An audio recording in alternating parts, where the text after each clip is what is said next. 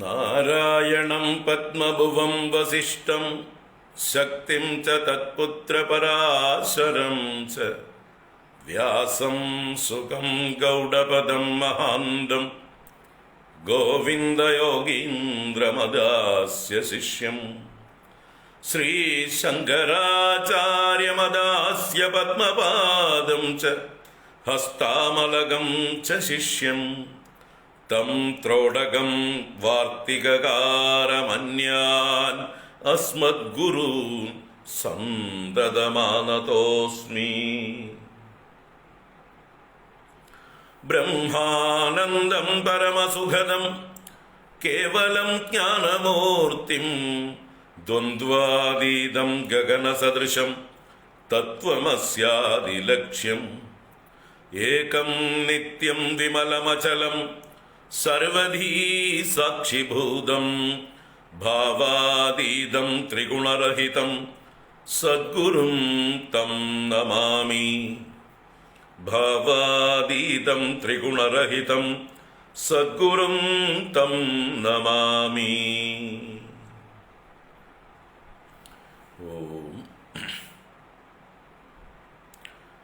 പാർത്ഥായ പ്രതിബോധിതാം ഭഗവതാ നാരായണേന സ്വയം വ്യാസേന ഗ്രഥിതാം പുരാണമുനിനാ മധ്യേ മഹാഭാരതം അദ്വൈതാമൃതവർഷിണീം ഭഗവതീം അഷ്ടാദശാധ്യായിനീം അംബ ത്വാം അനുസന്ദധാമി ഭഗവദ്ഗീതേ ഭവദ്വേഷിണീം.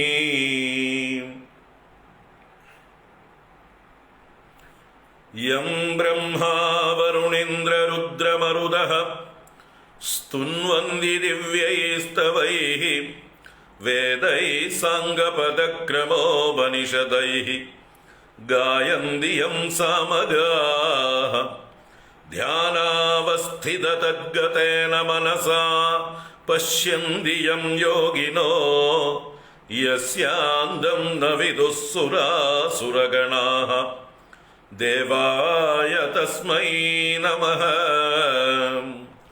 യസ്യാന്തം ന വിദുഃ സുരാസുരഗണാഃ ദേവായ തസ്മൈ നമഃ.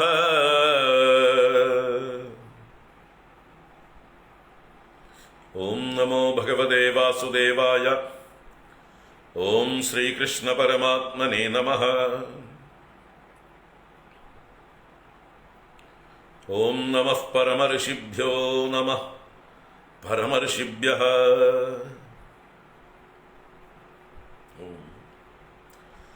നാരായണം നമസ്കൃത്യ നരം ചൈവ നരോത്തമം ദേവീം സരസ്വതീം വ്യാസം തതോ ജയമുദീരയേത്.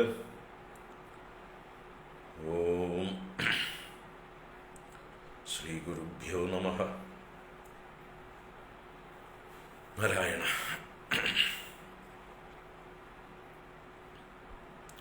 ഹരി ഓം. എല്ലാവർക്കും ഒരിക്കൽ കൂടെ നമസ്കാരം, സുസ്വാഗതം, ശുഭസായാഹ്നം. നാരായണ.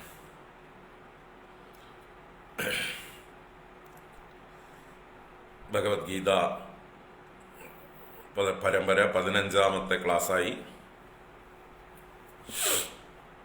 മഹാഭാരതം അവലോകനം ഇന്ന് 11ാമത്തെ ക്ലാസ്സാണ്.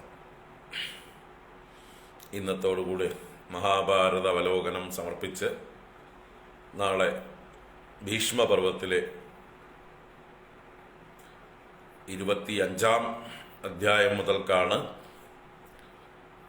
ഭഗവത്ഗീത ആരംഭിക്കുന്നത്.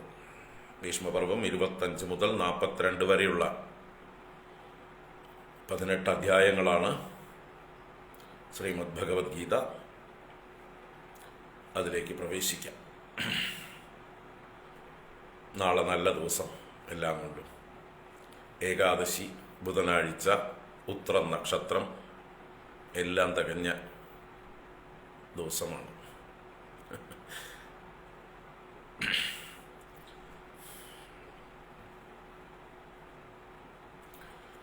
ഇന്ന് നമുക്ക് മഹാഭാരതത്തിലെ ഉദ്യോഗപർവം എന്നതായിട്ടുള്ള ആ ഭാഗമാണ് കാണാനുള്ളത്. ആദിപർവം, സഭാപർവം, വനപർവം, വിരാടപർവം, 4 മഹാപർവങ്ങൾ അവലോകനം ചെയ്തു കഴിഞ്ഞ 10 ദിവസങ്ങളായിട്ട്. ഇന്ന് 5ാമത്തെ പർവമായിട്ടുള്ള ഉദ്യോഗപർവം.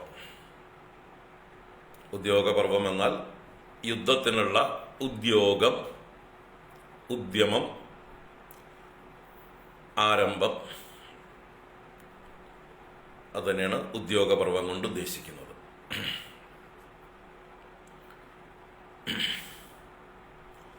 അപ്പോൾ വിരാട രാജധാനിയിലെ 1 വർഷത്തെ അജ്ഞാതവാസം പാണ്ഡവന്മാർ വളരെ വിജയപ്രദമായി പൂർത്തിയാക്കി.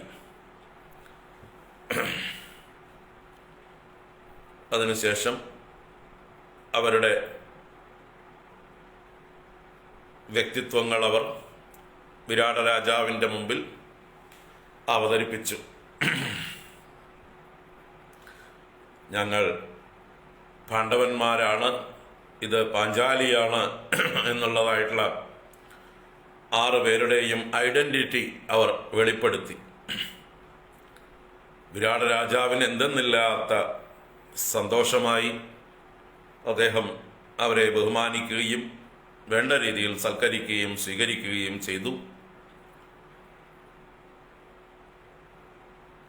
അദ്ദേഹത്തിൻ്റെ സന്തോഷത്തിൻ്റെ പ്രതീകമായി ഈ ശക്തന്മാരായിട്ടുള്ള പാണ്ഡവന്മാരോട് തനിക്കൊരു ബാന്ധവം വേണം എന്ന് അദ്ദേഹം നിശ്ചയിച്ച്, ഞാൻ എന്നും നിങ്ങളുടെ ബന്ധുവായിരിക്കും, ഏത് കാര്യത്തിനും ഞാൻ നിങ്ങളുടെ കൂടെ ഉണ്ടായിരിക്കും എന്നൊക്കെ വാഗ്ദാനം ചെയ്യുന്നുണ്ട്. അതോടൊപ്പം തന്നെ തൻ്റെ പുത്രിയെ, ഉത്തര രാജകുമാരിയെ അർജുനന് വിവാഹം ചെയ്തു കൊടുക്കാൻ ആഗ്രഹിച്ചു. പക്ഷേ അർജുനൻ അതിന് സമ്മതിച്ചില്ല. മാത്രമല്ല, തനിക്ക് മകളെ പോലെയാണ് അവൾ, തൻ്റെ ശിഷ്യയായിരുന്നവൾ. അതുകൊണ്ട് തൻ്റെ പുത്രനായിട്ടുള്ള അഭിമന്യുവിനാണ് അവൾ യോജിക്കുക എന്ന് പറഞ്ഞ് അഭിമന്യുവും ഉത്തരയുമായിട്ടുള്ള വിവാഹം നടത്തിക്കൊടുത്തു ഗംഭീരമായി. അങ്ങനെ ബന്ധുക്കളായി തീർന്ന വിരാട രാജാവും പാണ്ഡവന്മാരും അവിടെ വെച്ച് തന്നെ ഭാവി പരിപാടികളെക്കുറിച്ചിട്ടുള്ള ആലോചനകൾ നടത്തുന്നു. അതിലേക്കായിക്കൊണ്ട് മറ്റു ബന്ധുക്കളായ ദ്രുപദ രാജാവിനെയും ദൃഷ്ടദ്യുമ്നെയും അതുപോലെ കൃഷ്ണൻ, ബലരാമൻ മുതലായവരെയും അവിടേക്ക് ക്ഷണിക്കുന്നുണ്ട്. ബലരാമനും ശ്രീകൃഷ്ണനും വിരാട രാജധാനിയിൽ എത്തുന്നുണ്ട്. ദ്രുപദ രാജാവ് എത്തുന്നുണ്ട്. അവരുടെയൊക്കെ സന്തോഷം ഇവര് അജ്ഞാതവാസം വിജയപ്രദമായി പൂർത്തിയാക്കിയതിൽ എല്ലാവരും പ്രകടിപ്പിക്കുന്നു. അങ്ങനെ അവര് സഭ കൂടി ആലോചിക്കുന്നു. ഇനി അടുത്ത പരിപാടി അവകാശപ്പെട്ടതായിട്ടുള്ള രാജ്യം ധൃതരാഷ്ട്ര രാജാവിനോട് ചോദിച്ചു വാങ്ങിക്കുക. അതിനായിക്കൊണ്ട് ഒരു ദൂതനെ അയക്കണം. അതിന് ദ്രുപദന്റെ പുരോഹിതനായിട്ടുള്ള ഒരു ബ്രാഹ്മണനെയാണ് ആദ്യമായിട്ട് ദൂതിന് തയ്യാറാക്കുന്നത്. ആ ദൂതൻ പോകുന്നതിന് മുമ്പ് തന്നെ പാണ്ഡവന്മാരുടെ സൈന്യ സന്നാഹങ്ങൾക്കുള്ള ഒരുക്കങ്ങൾ ചെയ്യുന്നുണ്ട്. എന്തിനെച്ചാൽ അവിടെ പോയി പറയുമ്പോൾ ഒത്തിരി ശക്തിയോടുകൂടി അവതരിപ്പിക്കാനായിരിക്കണം. പാണ്ഡവന്മാർക്ക് കൂട്ടത്തിൽ സഹായികളായിട്ട് ധാരാളം ആളുകളുണ്ട്. പാണ്ഡവന്മാർ മാത്രമല്ല, വിരാട രാജാവും ദ്രുപദനും മാത്രമല്ല, കൃഷ്ണ ബലരാമന്മാരുടെ സഹായം മാത്രമല്ല, പിന്നെയും അനേകം രാജാക്കന്മാർ ഇവർക്ക് സഹായികളായിട്ടുണ്ടാവും എന്നത് സൂചിപ്പിക്കാനായിക്കൊണ്ട് പല ഭാഗത്തേക്കും ആളുകളെ അയക്കുന്നുണ്ട് സഹായം അഭ്യർത്ഥിച്ചുകൊണ്ട്.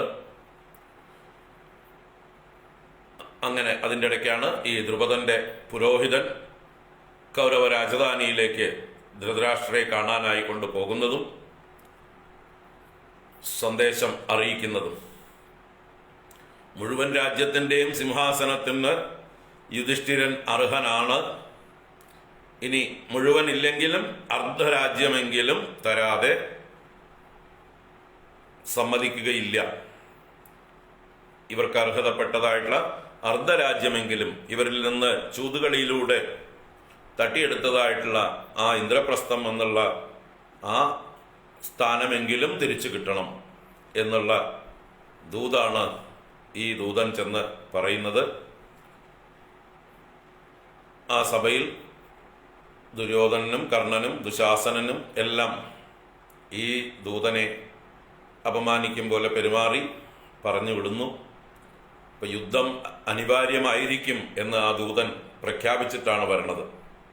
നിങ്ങൾ യുദ്ധത്തിന് തയ്യാറായിക്കോളൂ എന്ന് പറയാനാണ് പറഞ്ഞത് എന്ന് പറഞ്ഞ് ദൂതൻ മടങ്ങി വന്നു. ആദ്യത്തെ ദൂത് പരാജയപ്പെട്ടു. അതിൻ്റെ ഇടയ്ക്ക്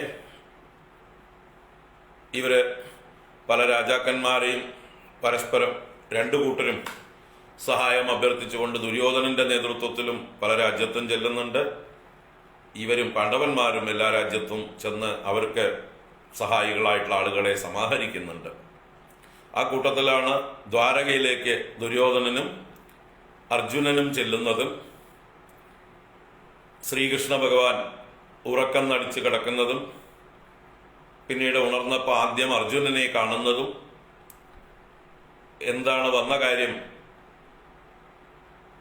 എന്ത് വേണമെങ്കിൽ ഞാൻ എന്നാലാവുന്നത് ചെയ്യാമെന്നുള്ള വാഗ്ദാനം രണ്ടു കൂട്ടർക്കും പിന്നെ ദുര്യോധനനും ചെയ്യുന്നതും പിന്നെ അദ്ദേഹം തൻ്റെ വ്യവസ്ഥ രണ്ടുപേരോടുമായിട്ട് അവതരിപ്പിക്കുന്നു. ഒരു ഭാഗത്ത് ആയുധമെടുക്കാത്ത ഏകനായ ഞാൻ, മറ്റൊരു ഭാഗത്ത് ആയുധധാരികളായിട്ടുള്ള തൻ്റെ ഒരു അക്ഷൗഹിണി സൈന്യം, നാരായണ സേന എന്ന് പറയുന്ന യാദവ സൈന്യം ഒരു ഭാഗത്ത്. ഇതിലേത് വേണമെങ്കിൽ നിങ്ങൾക്ക് രണ്ടുപേർക്കും പങ്കിട്ടെടുക്കാം. ആദ്യം അർജുനനാണ് തിരഞ്ഞെടുക്കാനുള്ളതായിട്ടുള്ള അവസരം. കാരണം പ്രായം കൊണ്ട് ചെറിയ ആളും ഞാൻ ഉണർന്നപ്പോൾ ആദ്യം കണ്ട ആളും അർജുനനാണ് എന്നുള്ളത് കൊണ്ട് അർജുനന് ആ ഓപ്ഷൻ കൊടുത്തു. ആ സമയത്ത് ദുര്യോധനൻ പ്രാർത്ഥിച്ചത് ഈ അർജുനൻ വിഡ്ഢിത്തരമൊന്നും കാണിക്കരുത്, തനിക്ക് കിട്ടാനുള്ള സൈന്യത്തെ തട്ടിയെടുക്കരുത് എന്ന് തന്നെയായിരുന്നു ദുര്യോധനന്റെ മനസ്സിൽ. ആയുധമില്ലാത്ത കൃഷ്ണനെ കൊണ്ട് തനിക്ക് പ്രയോജനമൊന്നുമില്ല എന്നാണ് ദുര്യോധനൻ കരുതിയിരുന്നത്. അതുപോലെ തന്നെ അർജുനൻ ആയുധമില്ലാത്ത കൃഷ്ണനെയാണ് ഭരിച്ചത്. തനിക്ക് സൈന്യത്തിന്റെ ആവശ്യമൊന്നുമില്ല. ഒരക്ഷൗഹിണി സൈന്യത്തെക്കാൾ തനിക്ക് പ്രധാനപ്പെട്ടത് ശ്രീകൃഷ്ണ ഭഗവാന്റെ സഹായമാണ്, സാന്നിധ്യമാണ്. ആയുധം എടുത്തില്ലെങ്കിലും കൂടെ ഉണ്ടായിരിക്കുക എന്നുള്ള ആ ഒരു കാര്യം അർജുനൻ അവതരിപ്പിച്ചപ്പോൾ ശ്രീകൃഷ്ണ ഭഗവാനും സന്തോഷായി, ദുര്യോധനനും സന്തോഷായി, അർജുനനും സന്തോഷായി. അങ്ങനെ ഭഗവാൻ അർജുനന് വാഗ്ദാനം കൊടുത്തു, ദുര്യോധനനും കൊടുത്തത് പാലിച്ചു. ദുര്യോധനനുള്ള ഒരു അക്ഷൗഹിണി സൈന്യം പിന്നീട് അയച്ചു കൊടുക്കുന്നുണ്ട്. കൃഷ്ണൻ പിന്നീട് പാണ്ഡവന്മാരുടെ പക്ഷത്തേക്ക് വരുന്നുണ്ട്. അപ്പൊ ഇവിടെ യുദ്ധത്തിന്റെ ഒരുക്കങ്ങൾ നടക്കുന്നു എന്നറിഞ്ഞ് ധൃതരാഷ്ട്രക്ക് ഇരിക്കപ്പുറതി ഇല്ലാതായി. അസ്വസ്ഥനായിട്ടുള്ള ധൃതരാഷ്ട്ര സഞ്ജയൻ എന്ന തൻ്റെ വിശ്വസ്തനായിട്ടുള്ള സഹായിയെ ദൂതനായിട്ട് പാണ്ഡവന്മാരുടെ അടുത്തേക്ക് അയക്കുന്നുണ്ട്. സഞ്ജയ യാനപർവം എന്നാണ് ആ ഭാഗത്തിന്. ഉദ്യോഗപർവത്തിൽ തന്നെയുള്ള ഒരു ചെറിയ ഭാഗം. വളരെ വിശദമായിട്ട് ചർച്ചകളൊക്കെ അവിടെ നടക്കുന്നുണ്ട്. അപ്പോൾ സഞ്ജയൻ വന്ന് ധൃതരാഷ്ട്രയുടെ അപേക്ഷ യുദ്ധത്തിൽ നിന്ന് യുധിഷ്ഠിരൻ പിൻവലിയണം, ഏതായാലും ഇനിയും 10-12 വർഷം 13 വർഷം വനവാസമൊക്കെ ചെയ്ത് ശീലമായില്ലേ, ഇനിയും ഇവർക്ക് ഇങ്ങനെയൊക്കെ കഴിഞ്ഞുകൂടിക്കൂടെ എന്നുള്ള മട്ടാണ് ധൃതരാഷ്ട്രയുടെ അപേക്ഷ. അല്ലാതെ രാജ്യത്തിലെ എന്തെങ്കിലും കൊടുക്കാമെന്നുള്ള ഒരു വാഗ്ദാനവുമില്ല. എന്തെങ്കിലും നിസ്സാരമായിട്ടുള്ളതെങ്കിലും കൊടുക്കാം നിങ്ങൾ അതുകൊണ്ട് തൃപ്തരാവണം എന്നുള്ള ഒരു തരം വാഗ്ദാനവും ഇല്ലാതെ യുദ്ധത്തിൽ നിന്ന് പിന്തിരിയണം. യുദ്ധമുണ്ടായാലുണ്ടാകുന്ന വരും വരായികകളെ കുറിച്ചാണ് വർണ്ണന മുഴുവൻ. ആരുടെ? ധൃതരാഷ്ട്രർ പറഞ്ഞു വിട്ടത് സഞ്ജയൻ അങ്ങനെ തന്നെ വന്ന് യുധിഷ്ഠിരനോടും അർജുനനോടും ഒക്കെ പറയണം. ഇന്ന നാശനഷ്ടങ്ങൾ ഉണ്ടാകും, ബന്ധുക്കളായ ബന്ധുക്കൾ മുഴുവൻ മരിക്കും, യുദ്ധത്തിൽ നിങ്ങൾ നേരിടേണ്ടി വരിക ഭീഷ്മ, ദ്രോണ, കർണ, ദുര്യോധന, ദുശാസന സഹോദരന്മാരെയും ബന്ധുക്കളെയും ആയിരിക്കും. ആ ബന്ധുക്കളോടുള്ളതായിട്ടുള്ള യുദ്ധം അത് ധർമ്മമല്ല, ബന്ധുക്കളെ നിഗ്രഹിക്കുക എന്നുള്ളത് ധർമ്മമല്ല എന്നൊക്കെയുള്ള രീതിയിലുള്ള ധൃതരാഷ്ട്രയുടെ വേദാന്തം അല്ലെങ്കിൽ ധൃതരാഷ്ട്രയുടെ ധർമ്മോപദേശം അത് സഞ്ജയൻ വന്ന് പാണ്ഡവരോട് ഉപദേശിക്കുന്നുണ്ട് വളരെ വിസ്തരിച്ച്. വാസ്തവത്തിൽ ഈ സഞ്ജയൻ പറഞ്ഞ ഈ വാക്കുകളാണ് അർജുനന്റെ ഉള്ളിൽ കിടക്കുന്നത്. ഇതാണ് അർജുന വിഷാദ യോഗം എന്നുള്ള ആ സന്ദർഭത്തിൽ ഛർദിക്കുന്നത് മുഴുവൻ. ഭഗവത്ഗീത ആരംഭത്തിലെ 1-ാം അധ്യായത്തിലെ അർജുനന്റെ വാക്കുകൾ മുഴുവൻ എവിടുന്നാണെന്ന് നോക്കിയാൽ ഇത് ഇത്രയും പറയാനുള്ള കാരണം എന്താണെന്ന് ചോദിച്ചാൽ ഈ സഞ്ജയൻ വന്ന് ഉപദേശിച്ചതായിട്ടുള്ള, സഞ്ജയൻ ധൃതരാഷ്ട്രയുടെ വാക്കുകൾ വന്ന് അവതരിപ്പിച്ചതായിട്ടുള്ള കാര്യങ്ങൾ അദ്ദേഹത്തിന്റെ സബ് കോൺഷ്യസില് ലീനമായി കിടക്കുകയാണ്. അതിനെയാണ് പിന്നീട് വാരി വിളമ്പുന്നത് അദ്ദേഹം ശ്രീകൃഷ്ണ ഭഗവാനോടുള്ള അദ്ദേഹത്തിന്റെ പ്രസംഗമായി അവതരിപ്പിക്കുന്നത്. അപ്പൊ അതേ ആശയങ്ങൾ മുഴുവൻ ഇവിടെയും നമുക്ക് കാണാം. സഞ്ജയയാന പർവം എന്നുള്ള ആ ഭാഗത്ത് സഞ്ജയൻ എന്തൊക്കെ പറഞ്ഞോ അതൊക്കെ നല്ലോണം ഉള്ളിലേക്ക് എടുത്തിട്ടുണ്ട്. പ്രത്യേകിച്ച് അർജുനനും യുധിഷ്ഠിരനും രണ്ടുപേർക്കും അത് ഉള്ളിൽ തറച്ചിട്ടുണ്ട്. പക്ഷെ എങ്കിലും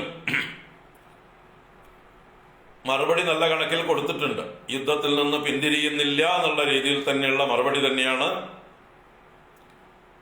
അർദ്ധരാജ്യം കിട്ടിയില്ലെങ്കിൽ തങ്ങൾ ഈ യുദ്ധത്തിൽ നിന്ന് പിന്നോട്ടേക്കില്ല, അതെന്ത് വന്നാലും ശരി എന്നുള്ളത് ഉറപ്പിച്ചു തന്നെ അർജുനനും ഭീമനും യുധിഷ്ഠിരനും സഞ്ജയനോട് പറഞ്ഞു വിടുന്നുണ്ട്.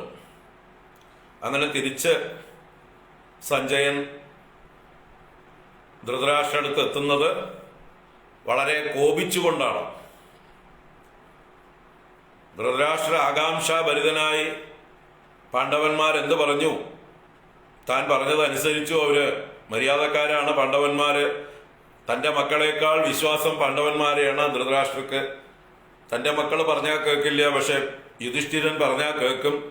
അപ്പൊ താൻ പറഞ്ഞത് സ്വീകരിച്ചുവോ, എന്താണ് പാണ്ഡവന്മാർ പറഞ്ഞത് എന്ന് അറിയാനുള്ള ആകാംക്ഷയോടുകൂടി കാത്തിരിക്കുന്ന ധൃതരാഷ്ട്രന്റെ മുമ്പിലേക്ക് സഞ്ജയൻ വന്ന് ധൃതരാഷ്ട്രയുടെ സ്വാർത്ഥതയെയും മകനോടുള്ള അമിതമായ മമതയെയും അതുകൊണ്ടുണ്ടാകാവുന്ന നാശനഷ്ടങ്ങളെയും കുറിച്ച് വളരെ രോഷത്തോടുകൂടെ സംസാരിച്ച് ധൃതരാഷ്ട്രയുടെ മനസ്സിന് വല്ലാത്ത മുറിവേൽപ്പിക്കുകയാണ് ഉണ്ടാകുന്നത്. പാണ്ഡവന്മാർ എന്താ പറഞ്ഞത് എന്ന് പറയുന്നില്ല. അർജുനൻ എന്താ പറഞ്ഞത്, ഭീമൻ എന്താ പറഞ്ഞത്, നകുല സഹദേവന്മാരെന്താ പറഞ്ഞ്, യുധിഷ്ഠിരൻ എന്താ പറഞ്ഞ് എന്ന് ചോദിക്കുന്നുണ്ട്. അതിനുള്ള മറുപടിയല്ല.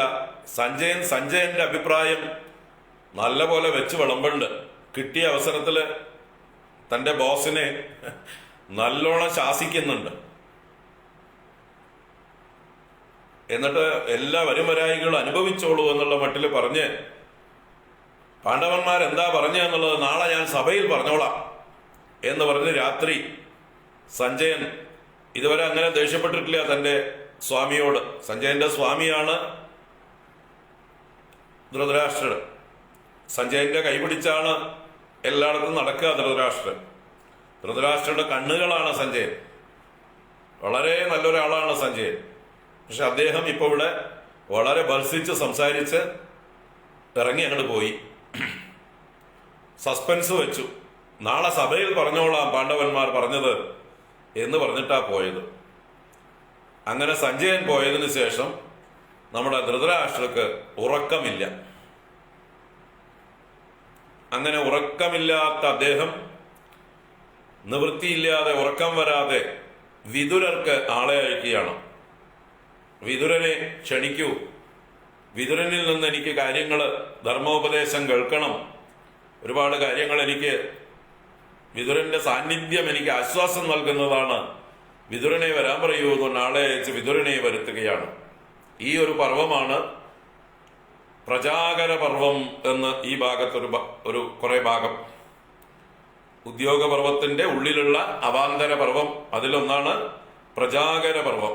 പ്രജാകരം എന്ന് പറഞ്ഞാല് ഉണർന്നിരിക്കുക, പ്രജാകർത്തി എന്ന് പറഞ്ഞാല് രാത്രിയിൽ ഉണർന്നിരിക്കുന്ന പരിപാടിയാണ്, ഉറക്കമിളക്കൽ. അപ്പൊ ഇദ്ദേഹത്തിന് സുഷുപ്തി വരാതെ, ഉറങ്ങാൻ പറ്റാതെ ജാഗ്രതയിലിരിക്കുന്ന ആ അവസ്ഥ, ഉറക്കം നഷ്ടപ്പെട്ടതായിട്ടുള്ള അവസ്ഥ, അങ്ങനെ തനിക്ക് ആശ്വസിപ്പിക്കാനായിക്കൊണ്ട് വിതുരനെ വിളിച്ചു വരുത്തണം. അപ്പോഴാണ് വിതുരൻ പലേ കഥകളും ഉപകഥകളും ആഖ്യായികളും പറഞ്ഞ് ധർമ്മോപദേശം ചെയ്യുന്നതായിട്ടുള്ള ഒരു രംഗമുണ്ട്, വളരെ വിസ്തരിച്ച്. അതിൽ വരുന്നതാണ് വിതുരനീതി എന്ന് പറയുന്നതായിട്ടുള്ള ഒരു 8 അധ്യായങ്ങളോളമുണ്ട്. വിതുരനീതി ഗംഭീരമാണ്, ഏറ്റവും നല്ലൊരു, എന്താ പറയുക, രാജാക്കന്മാർക്കുള്ള ഉപദേശമാണതെല്ലാം. നമ്മുടെ എന്താ പറയുക, അർത്ഥശാസ്ത്രങ്ങളും ധർമ്മശാസ്ത്രങ്ങളും അല്ലെങ്കിൽ ബിസിനസ് അഡ്മിനിസ്ട്രേഷനും മാനേജ്മെന്റും ഒക്കെ പഠിക്കുന്നവരൊക്കെ പഠിച്ചിരിക്കേണ്ടതാണ്. നമ്മുടെ കോളേജുകളിലൊക്കെ സിലബസിൽ ഉണ്ടായിരുന്നു പണ്ടൊക്കെ വിതുരനീതി. BA സാൻസ്ക്രിറ്റിലും മറ്റുമൊക്കെ ടെക്സ്റ്റായിട്ട് തന്നെ ഉണ്ടായിരുന്നു വിതുരനീതി പഠിക്കാനായിക്കൊണ്ട്. വളരെ കാലം ഉണ്ടായിരുന്നു, ഇപ്പൊ അതൊക്കെ കളഞ്ഞു പോകുന്നുണ്ട്. കാരണം ഇപ്പൊ ഭരിക്കുന്ന ആൾക്കാർ ഏതാ സ്വഭാവക്കാരെന്ന് അറിയാലോ നമുക്ക്. അപ്പോ ഞാൻ കണ്ടിട്ടുണ്ട് പണ്ട് ടെക്സ്റ്റായിട്ട് കുട്ടികൾ കൊണ്ടു നടക്കുന്നത്. വിതുരനീതി ടെക്സ്റ്റ് ബുക്കായിട്ടുണ്ടായിരുന്നു, 8 അധ്യായം മാത്രമായിട്ട്. ഇപ്പോഴും അതിന്റെ കോപ്പികൾ ബാക്കി നമ്മുടെ RS വാദ്യാരൻ സൺസിൽ ഇരിപ്പുണ്ട്. നമ്മൾ കൽപ്പാത്തിയിൽ, പാലക്കാട് എല്ലാ സംസ്കൃത പുസ്തകങ്ങളും വിൽക്കുന്ന, നമ്മൾ അത്യാവശ്യം പുസ്തകങ്ങളൊക്കെ അവിടുന്ന് വാങ്ങിക്കുക. അപ്പോൾ അവരുടെ കസ്റ്റഡിയിൽ പഴയ ടെക്സ്റ്റ് ബുക്കുകളിൽ ഈ വിതുരനീതി കിടപ്പുണ്ട് ഇപ്പോഴും, ചെറിയ ഇംഗ്ലീഷ് കമന്ററിയോട് കൂടിയിട്ട്.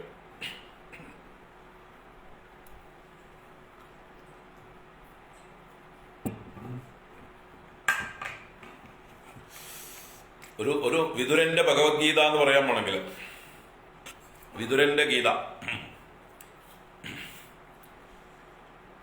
ഞാൻ കഴിഞ്ഞ വർഷം മണ്ഡലകാലത്തോ മറ്റേ വിസ്തരിച്ച് നമ്മുടെ പുത്തൂരമ്പലത്തിൽ, പാലക്കാട് പുത്തൂരമ്പലത്തിൽ ഈ വിതുരനീതി മാത്രമായിട്ട് വ്യാഖ്യാനിച്ചിരുന്നു. മുഴുവനൊന്നും എടുക്കാൻ പറ്റിയില്ല, കാരണം ഓരോ അധ്യായത്തിലും 100ഓളം ശ്ലോകങ്ങളുണ്ട്. 105ഓളം ശ്ലോകങ്ങളാണ് ഒന്നാമത്തെ അധ്യായത്തിൽ തന്നെ. അത് മാത്രമേ എടുത്തുള്ളൂ.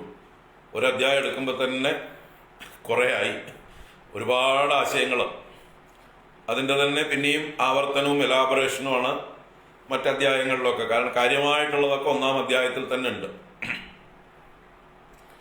അപ്പോൾ ആ വിതുരനീതി എന്നുള്ള അദ്ദേഹത്തിന്റെ ഉപദേശങ്ങൾ, രാജാവിനുള്ളതായിട്ടുള്ള ഉപദേശങ്ങൾ, എന്തുകൊണ്ട് ഉറക്കം നഷ്ടപ്പെടുന്നു എന്നുള്ളതാണ് അതിൽ ആദ്യത്തെ ഭാഗം. ആർക്കൊക്കെയാണ് ഉറക്കമില്ലാതെയാവുക? മനസ്സിൽ കളങ്കമുള്ളവർക്ക്, ദുഷ്ടത്തരമുള്ളവർക്ക്, വക്രതയുള്ളവർക്ക്, മറ്റുള്ളവരുടെ നേരെ അസൂയയും കുനിഷ്ടും മത്സരവുമുള്ളവർക്ക്, അധാർമികമായ ചിന്തകളുള്ളവർക്ക്, മറ്റുള്ളവരുടെ മുതല് അപഹരിക്കണമെന്ന ചിന്തയുള്ളവർക്ക്, അല്ലെങ്കിൽ മറ്റുള്ളവരെ ഉപദ്രവിച്ചതിന്റെ കുറ്റബോധമുള്ളവർക്ക്, ശത്രുക്കളെ ഉണ്ടാക്കി വെച്ചിട്ട് അവരിൽ നിന്നുള്ള ഭയമുള്ളവർക്ക്, ഇങ്ങനെ എണ്ണി എണ്ണി എണ്ണി ആർക്കൊക്കെ ഉറക്കമുണ്ടാവില്ല എന്നുള്ളത് തന്നെ ഒരു ലിസ്റ്റ് ഉണ്ട്, വലിയ നീണ്ട കുറേ ശ്ലോകങ്ങളിൽ. പഠിക്കേണ്ടതാണ്. ആരൊക്കെ സുഖമായി ഉറങ്ങുന്നു എന്ന് പിന്നൊരു ലിസ്റ്റ് ഉണ്ട്. വളരെ രസകരമാണ് വിതുരന്റെ ഉപദേശങ്ങൾ. നമുക്കൊക്കെ അറിയാനുള്ള ഒരു ജ്ഞാനത്തിന്റെ ഭണ്ഡാരം. അപ്പൊ അങ്ങനെയുള്ള ഉപദേശങ്ങളെ കൊണ്ട് വിതുരൻ ഈ ധൃതരാഷ്ട്രയുടെ മനസ്സിനെ മാറ്റിയെടുക്കാനാവുന്നത് ശ്രമിക്കുന്നുണ്ട്. ഈ മകൻ ഈ വംശത്തിന്റെ ശത്രുവാണ്, ഈ മകനെ ഉപേക്ഷിച്ചാൽ മാത്രമേ ഈ വംശം രക്ഷപ്പെടുള്ളൂ. നമ്മുടെ ശരീരത്തിൽ ഒരു അവയവം ദുഷിച്ചാൽ വേണ്ടി വന്നാൽ അവയവത്തെ മുറിച്ചു കളയണം. ഒരു കുടുംബത്തിൽ ഒരു അംഗം ദുഷിച്ചാൽ ആ അംഗത്തെ പുകഞ്ഞ കൊള്ളി പുറത്ത് എന്ന് പറഞ്ഞ് തള്ളിക്കളയണം. ഒരു ഗ്രാമത്തില് ഒരു കുടുംബം മോശമായാൽ ആ കുടുംബത്തിന് ഭ്രഷ്ട് കൽപ്പിച്ച് ഗ്രാമത്തിൽ നിന്ന് പുറന്തള്ളണം. ഒരു ദേശത്ത് ഒരു ഗ്രാമത്തിലുള്ള ആളുകൾ ദുഷിച്ചാൽ ആ ദേശത്തുകാരെ, ഈ ഗ്രാമക്കാരെ മുഴുവൻ പുറന്തള്ളണം. ഒരു വലിയ രാജ്യത്ത് ഒരു ദേശമേ മോശക്കാരാണെങ്കിൽ ആ ദേശത്തെ ആ രാജ്യത്തിൽ നിന്ന് പുറത്താക്കണം എന്നിങ്ങനെ പറഞ്ഞ് അപ്പോ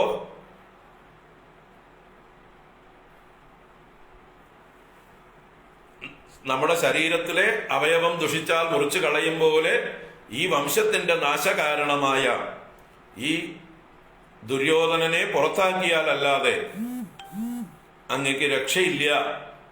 അങ്ങയുടെ മമത പോണം, എങ്കിൽ മാത്രമേ ഈ കൗരവ വംശത്തെ, ബാക്കിയുള്ള 100 മക്കളെ അങ്ങക്ക് രക്ഷിക്കാൻ പറ്റുള്ളൂ എന്നുള്ള കാര്യം അദ്ദേഹം വെട്ടിത്തുറന്ന് പല രീതിയിൽ ആവർത്തിച്ച് അവതരിപ്പിച്ചു.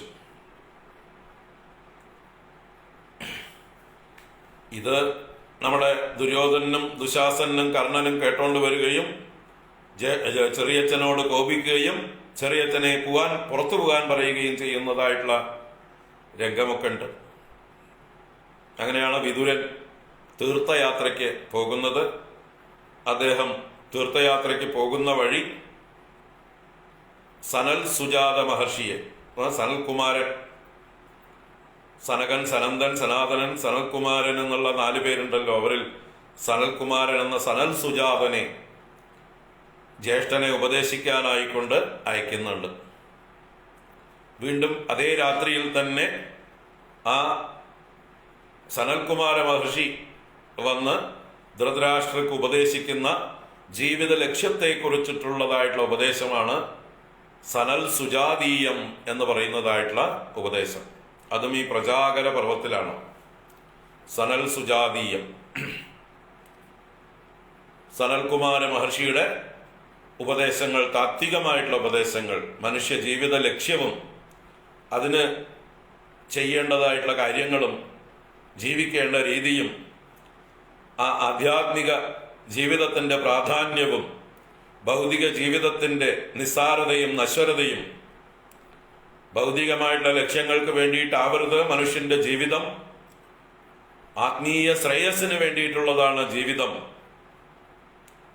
എന്നുള്ള ആ മാർഗം പറഞ്ഞുകൊടുത്ത് നിവൃത്തിധർമ്മം ധൃതരാഷ്ട്രക്ക് ഉപദേശിച്ചു കൊടുക്കുന്നുണ്ട്. ബ്രഹ്മോപദേശം തന്നെ ചെയ്യുന്നുണ്ട്. എന്നുവെച്ചാൽ ഉപനിഷത്ത് സാരമായിട്ടുള്ള ഒരു ഉപദേശമാണ് സനൽ സുജാത മഹർഷി കൊടുക്കുന്നത്. വിതുരൻ ധർമ്മോപദേശം കൊടുത്തുവെങ്കിൽ ബ്രഹ്മവിദ്യ ഉപദേശിക്കുകയാണ് സനൽ സുജാത മഹർഷി ചെയ്യുന്നത്. അങ്ങനെ ഒരു രാത്രിയിൽ തന്നെ ധൃതരാഷ്ട്രക്ക് 2 ഉപദേശങ്ങളും, പ്രവൃത്തി നിവൃത്തി രണ്ടിന്റെയും ഉപദേശങ്ങള് 2 മഹാപണ്ഡിതന്മാരിൽ നിന്ന് കേൾക്കാനുള്ളതായിട്ടുള്ള ഒരു അവസരമായിട്ട് അന്നത്തെ രാത്രി മാറുകയാണ്. ഇത് രണ്ടും കേട്ടിട്ടും നേരാവുന്നൊന്നുമില്ല, പക്ഷെ അദ്ദേഹത്തിന് ഒരു സമാധാനം കിട്ടുന്നുണ്ട്. സനൽ സുജാത മഹർഷിയുടെ ഉപദേശങ്ങൾ കേട്ട് തൽക്കാലം ഒരു ശമനം അദ്ദേഹത്തിന്റെ ഉള്ളില്, ശാന്തി തൽക്കാലത്തേക്ക് ഉണ്ടാവുന്നുണ്ട്. അതാണ് പ്രജാകര പർവം എന്നുള്ളതായിട്ടുള്ള പർവം. പിന്നീട് പിറ്റേ ദിവസം പകല് സഭ കൂടുമ്പോൾ നമ്മുടെ സഞ്ജയൻ കാര്യങ്ങൾ അവതരിപ്പിക്കുന്നുണ്ട്. എന്താണ് പാണ്ഡവന്മാർ പറഞ്ഞത്? ദൂത് പോയതായിട്ടുള്ള സഞ്ജയനോട് ഓരോരുത്തരും പറഞ്ഞത് എണ്ണി എണ്ണി വിസ്തരിച്ച് സഞ്ജയൻ അവതരിപ്പിക്കുന്നുണ്ട്. അതിൽ അർജുനന്റെ വചനങ്ങളാണ് ഏറ്റവും കേമം. അത് വലിയൊരു പ്രസംഗമായിരുന്നു. കാരണം അർജുനനാണ് അതിഘോരമായിട്ടുള്ള ഭാഷയിൽ യുദ്ധം ഉണ്ടായാൽ എന്തൊക്കെ സംഭവിക്കും, ആരൊക്കെ ആരാൽ കൊല്ലപ്പെടും കൗരവന്മാരുടെ മുഴുവൻ മരണം ഉറപ്പാണ് എന്ന് ഉറപ്പാക്കുന്നുണ്ട് ആ വാക്കുകളിൽ.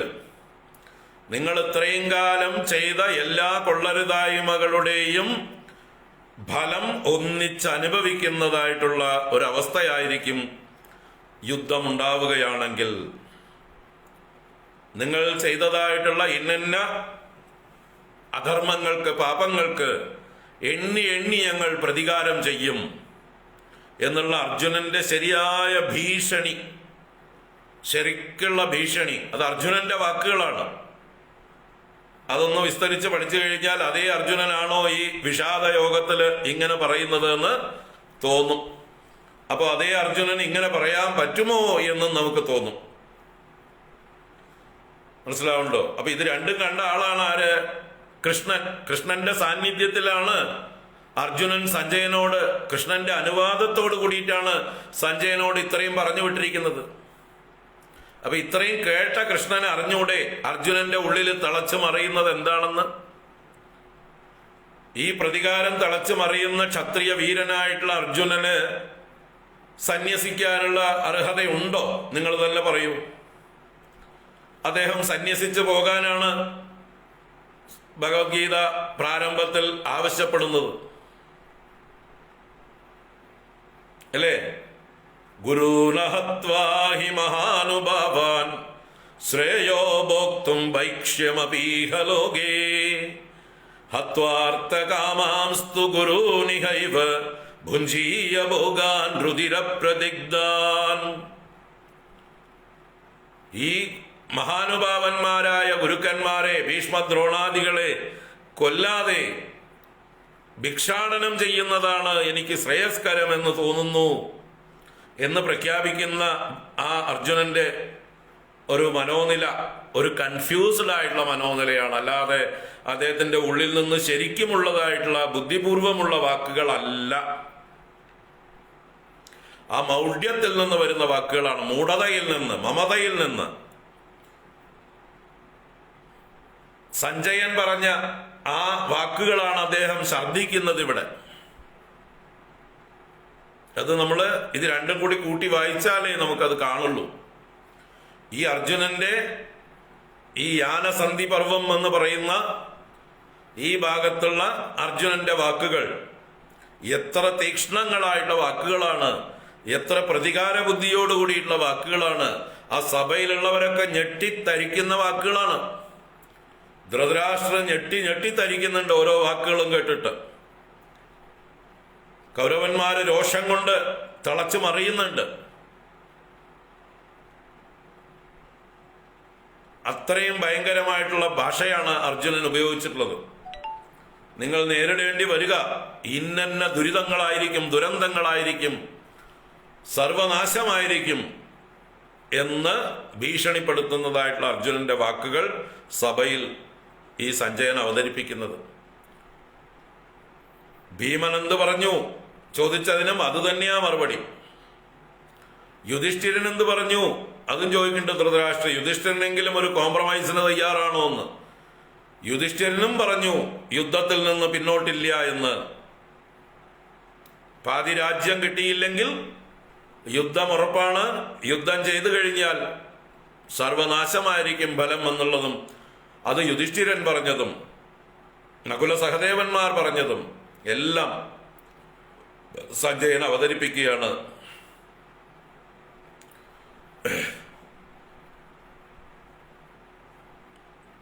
അങ്ങനെ പാണ്ഡവന്മാരുടെ സേനാബലത്തെക്കുറിച്ചും അവർ സന്നാഹങ്ങൾ ഒരുക്കുന്നതിനെക്കുറിച്ചും ഒക്കെ സഞ്ജയൻ അവതരിപ്പിക്കുന്നുണ്ട്. ഇതൊക്കെ കേട്ട് നടുങ്ങിയിരിക്കുകയാണ്. എങ്ങനെയെങ്കിലും യുദ്ധം ഒഴിവാക്കണം എന്നുള്ള വിചാരം കൗരവന്മാരുടെ ഉള്ളിലുണ്ട്, അല്ലെങ്കിൽ ധൃതരാഷ്ട്രയുടെ ഉള്ളിലുണ്ട്. പക്ഷെ പിടിവാശിക്കാരനായിട്ടുള്ള ദുര്യോധനന്റെ ഒരൊറ്റ നിർബന്ധം, തനിക്ക് ജയിക്കാൻ കഴിയും, താൻ വിട്ടുകൊടുക്കില്ല എന്നുള്ള മത്സര ബുദ്ധി, അസൂയ, പാണ്ഡവന്മാരുടെ നന്മയെക്കുറിച്ച് ചിന്തിക്കാൻ പോലും അദ്ദേഹത്തിനാവുന്നില്ല.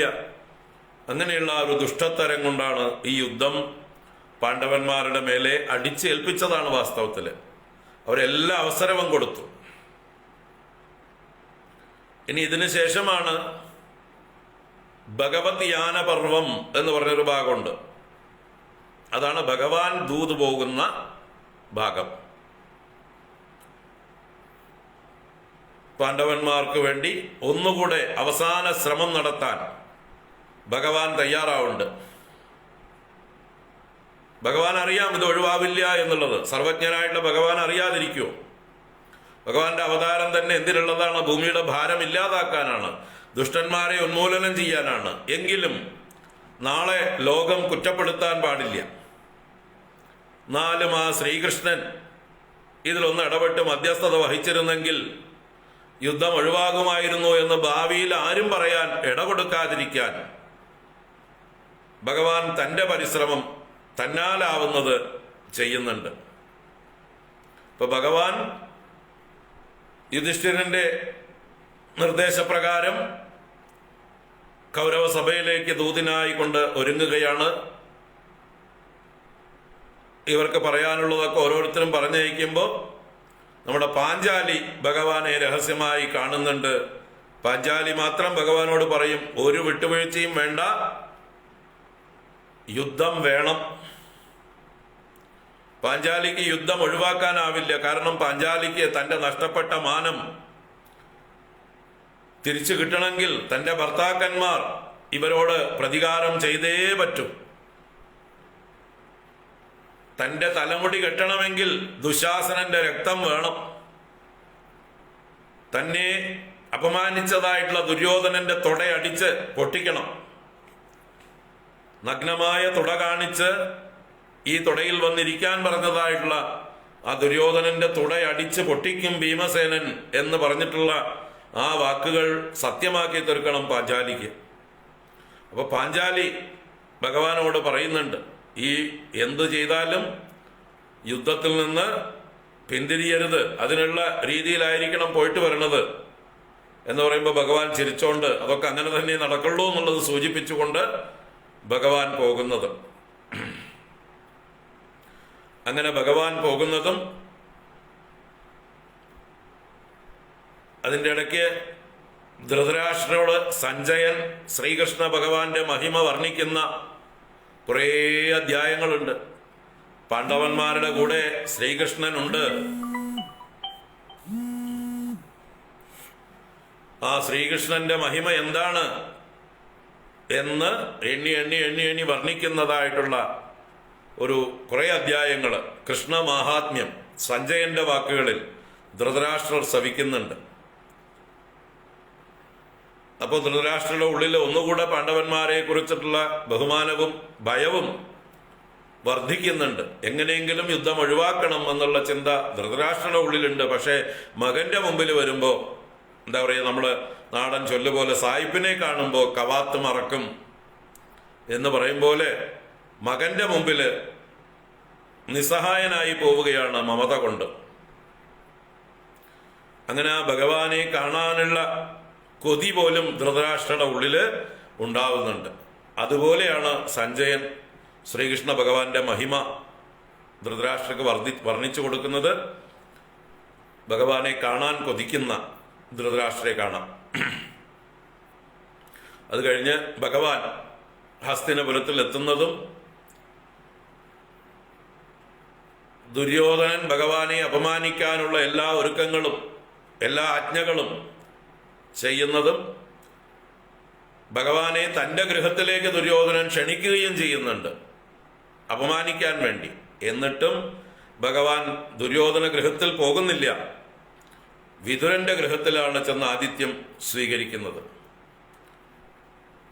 വിതുരന്റെ ഗൃഹത്തിൽ താമസിച്ച് ഇതും കഴിഞ്ഞിട്ടാണ് വിതുരന്റെ യാത്ര, വിതുരന്റെ തീർത്ഥാടനം ഇത് കഴിഞ്ഞതിന് ശേഷമാണ്. ഈ ഭഗവത് ധ്യാനവും കൂടി കഴിഞ്ഞതിന് ശേഷമാണ്, പിന്നുള്ള ഒരു ചർച്ചയിലാണ്. അപ്പൊ വിതുരന്റെ ഗൃഹത്തില് വിതുര പത്നിയും വിതുരനും ഭഗവാനെ ആതിഥ്യമരുളി സൽക്കരിക്കുന്നതും ഒരു രാത്രി വിതുരരുടെ ഗൃഹത്തിൽ ലളിതമായ രീതിയിൽ താമസിക്കുന്നതും, അത് കഴിഞ്ഞ് പിറ്റേ ദിവസം ഭഗവാൻ സഭയിലേക്ക് ദൂതുമായി പ്രവേശിക്കുന്ന സമയത്ത് ഭഗവാനെ അപമാനിക്കാൻ ദുര്യോധനന്റെ ആജ്ഞയും ആരും ആ ശ്രീകൃഷ്ണൻ വരുമ്പോൾ എഴുന്നേൽക്കരുത്, എല്ലാ രീതിയിലും അപമാനിച്ചയക്കണം എന്നുള്ളതായിട്ടുള്ള പ്രഖ്യാപനം പുറപ്പെടുവിക്കുന്നതും.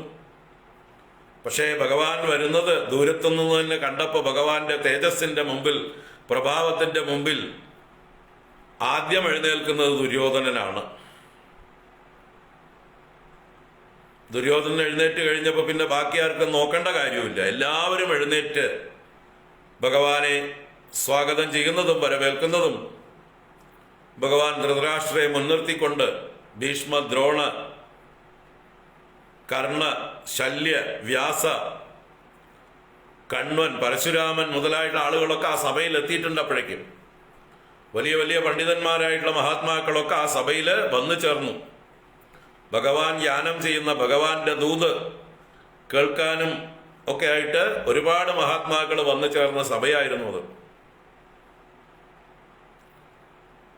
അപ്പൊ ശല്യരെന്ന് പറഞ്ഞത് ഇവരുടെ അമ്മാവനാണ്, പാണ്ഡവന്മാരുടെ അമ്മാവനാണ്, മാദ്രിയുടെ സഹോദരനാണ്. ഈ ദുര്യോധനൻ സൈന്യ സന്നാഹം ചെയ്യുന്ന കാലത്ത് മാദ്രിയുടെ സഹോദരനായ ശല്യർ പാണ്ഡവന്മാരുടെ കൂട്ടത്തിൽ കൂടുന്നതിന് പകരം കൗരവന്മാർ ചെന്ന് ക്യാൻവാസ് ചെയ്തിട്ട് പോയി. അതായത് ഇവരെയൊക്കെ എല്ലാവരും യുദ്ധസഹായത്തിനായി കൊണ്ട് ക്ഷണിച്ച സമയത്ത് ശല്യർ വലിയൊരു സൈന്യവുമായിട്ട്, ഒരു അക്ഷൗഹിണി സൈന്യവുമായിട്ട് തന്റെ ദേശത്ത് നിന്ന്, മാതൃദേശത്ത് നിന്ന് വരുന്ന വഴിയിൽ ദുര്യോധനൻ തന്നെ ഒരു വലിയ കൂടാരം, ശിബിരം പണിത് ശല്യരെ അവിടെ സ്വീകരിച്ച് അവിടുന്ന് തന്നെ തൻ്റെ പക്ഷത്തേക്കാക്കി. നമ്മുടെ ഇലക്ഷന് വോട്ട് ചെയ്യാൻ പോകുമ്പോൾ വഴിയിൽ പോളിംഗ് ബൂത്തിനകത്ത് അടുത്തെത്താറാകുമ്പോൾ ഈ പാർട്ടിക്കാരുടെ ചെറിയ ബൂത്തുകൾ ഉണ്ടാവില്ലേ, അവിടെ ചെല്ലുമ്പോൾ മറക്കരുത്, ചിഹ്നം മറക്കരുത് എന്ന് പറയാൻ. അതുപോലെ ശല്യരെ ദുര്യോധനൻ ക്യാൻവാസ് ചെയ്യുകയും അങ്ങനെ ദുര്യോധന പക്ഷത്തായി പോവുകയും ചെയ്തു. പക്ഷെ പിന്നീട് ശല്യര് യുധിഷ്ഠിരനെ വന്ന് കാണുന്നുണ്ട്. യുധിഷ്ഠിരനോട് പറയേണ്ടത്, നിങ്ങൾ തന്നെയാണ് ജയിക്കാൻ പോകുന്നത്, തീർച്ചയായിട്ടും കർണനും അർജുനനുമായിട്ടുള്ള യുദ്ധമുണ്ടാകുമ്പോൾ ഞാൻ സഹായിച്ചോളാം. കർണനെ തേജോവധം ചെയ്ത് കർണന്റെ സാരഥിയാകും ഞാൻ. അപ്പോൾ കർണന്റെ തേജോവധം ചെയ്ത് കർണനെ പ്രഭാവം ഇല്ലാതെയാക്കി ആത്മവിശ്വാസം കെടുത്തിക്കളഞ്ഞ് അർജുനനുമായിട്ടുള്ള യുദ്ധത്തിൽ കർണനെ പരാജയപ്പെടുത്തുന്നതിൽ ഞാൻ പങ്കുവഹിക്കാം എന്ന് അമ്മാമനായിട്ടുള്ള ശല്യര് യുധിഷ്ഠിരന് വാക്കുകൊടുക്കുന്നുണ്ട്. അപ്പൊ ആ ശല്യരും ഇപ്പൊ കൗരവ സഭയിലുണ്ട്, കൗരവപക്ഷത്തുണ്ട്. അങ്ങനെ പ്രധാനികളായിട്ടുള്ള ആളുകളൊക്കെ ഇരിക്കുന്ന സഭയിലാണ് ഭഗവാൻ വന്ന് പാണ്ഡവന്മാർക്ക് വേണ്ടി ദൂത് പറയുന്നത്. മുഴുവൻ രാജ്യത്തിനും പാണ്ഡവന്മാരാണ് അർഹരായിട്ടുള്ളവർ, പാണ്ഡുപുത്രന്മാരാണവർ. മൂത്ത പുത്രനാണ് യുധിഷ്ഠിരൻ, എല്ലാം തികഞ്ഞ, യോഗ്യത തികഞ്ഞ ആളാണ്. അതുകൊണ്ട് യുധിഷ്ഠിരനാണ് അവകാശി. എങ്കിലും അർദ്ധരാജ്യം കൊണ്ട് തൃപ്തിപ്പെടാം എന്ന് പറഞ്ഞുകൊണ്ടാണ് തുടങ്ങുന്നത്. അർദ്ധരാജ്യമെങ്കിലും ഇല്ലെങ്കിൽ യുദ്ധം ഒഴിവാക്കാനാവില്ല എന്ന് പറഞ്ഞു തുടങ്ങി. അവസാനം പറഞ്ഞ് ഭഗവാൻ കിഴിഞ്ഞ് 5 പേർക്കും കൂടി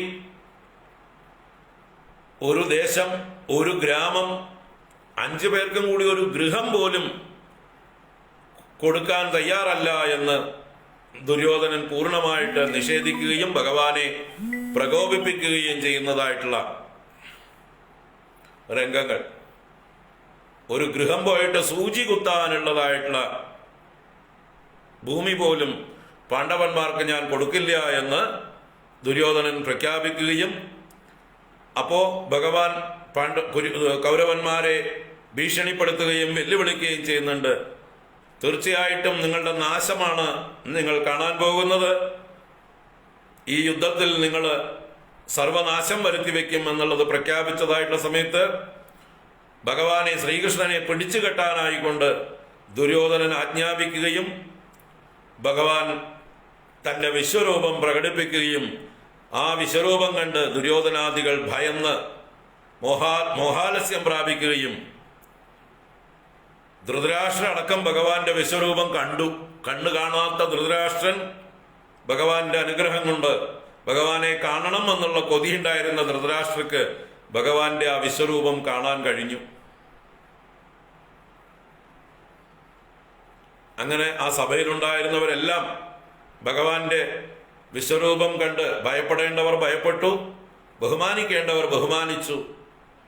അവിടുന്ന് ഭഗവാൻ ഇറങ്ങിപ്പോന്നു. യുദ്ധം അനിവാര്യമായിട്ടുള്ള അവസ്ഥയാണ്. വരുന്ന വഴിക്ക് ഭഗവാൻ പാണ്ഡവന്മാരുടെ അമ്മയായ കുന്തിയെ സ്വകാര്യമായി കാണുന്നുണ്ട്. കുന്തിദേവി ഭഗവാനോട് നിർദ്ദേശം കൊടുക്കുന്നുണ്ട്, എന്ത് വന്നാലും യുധിഷ്ഠിരനോട് പറയണം യുദ്ധത്തിൽ നിന്ന് പിന്മാറരുത് എന്ന്. അതിന് കുന്തിദേവി വിപുലമായിട്ടൊരു ഉപാഖ്യാനം, ഒരു വലിയ കഥ തന്നെ കൃഷ്ണൻ ഉപദേശിക്കുന്നുണ്ട്. ഇത് ചെന്ന് അവനോട് പറയണം കേട്ടോ എന്ന്. വിതുളോപാഖ്യാനം എന്ന് പറഞ്ഞിട്ടൊരു ഉപാഖ്യാനം. വിതുളൻ എന്ന് പറഞ്ഞൊരു പഴയ രാജാവിന്റെ കഥയാണ്.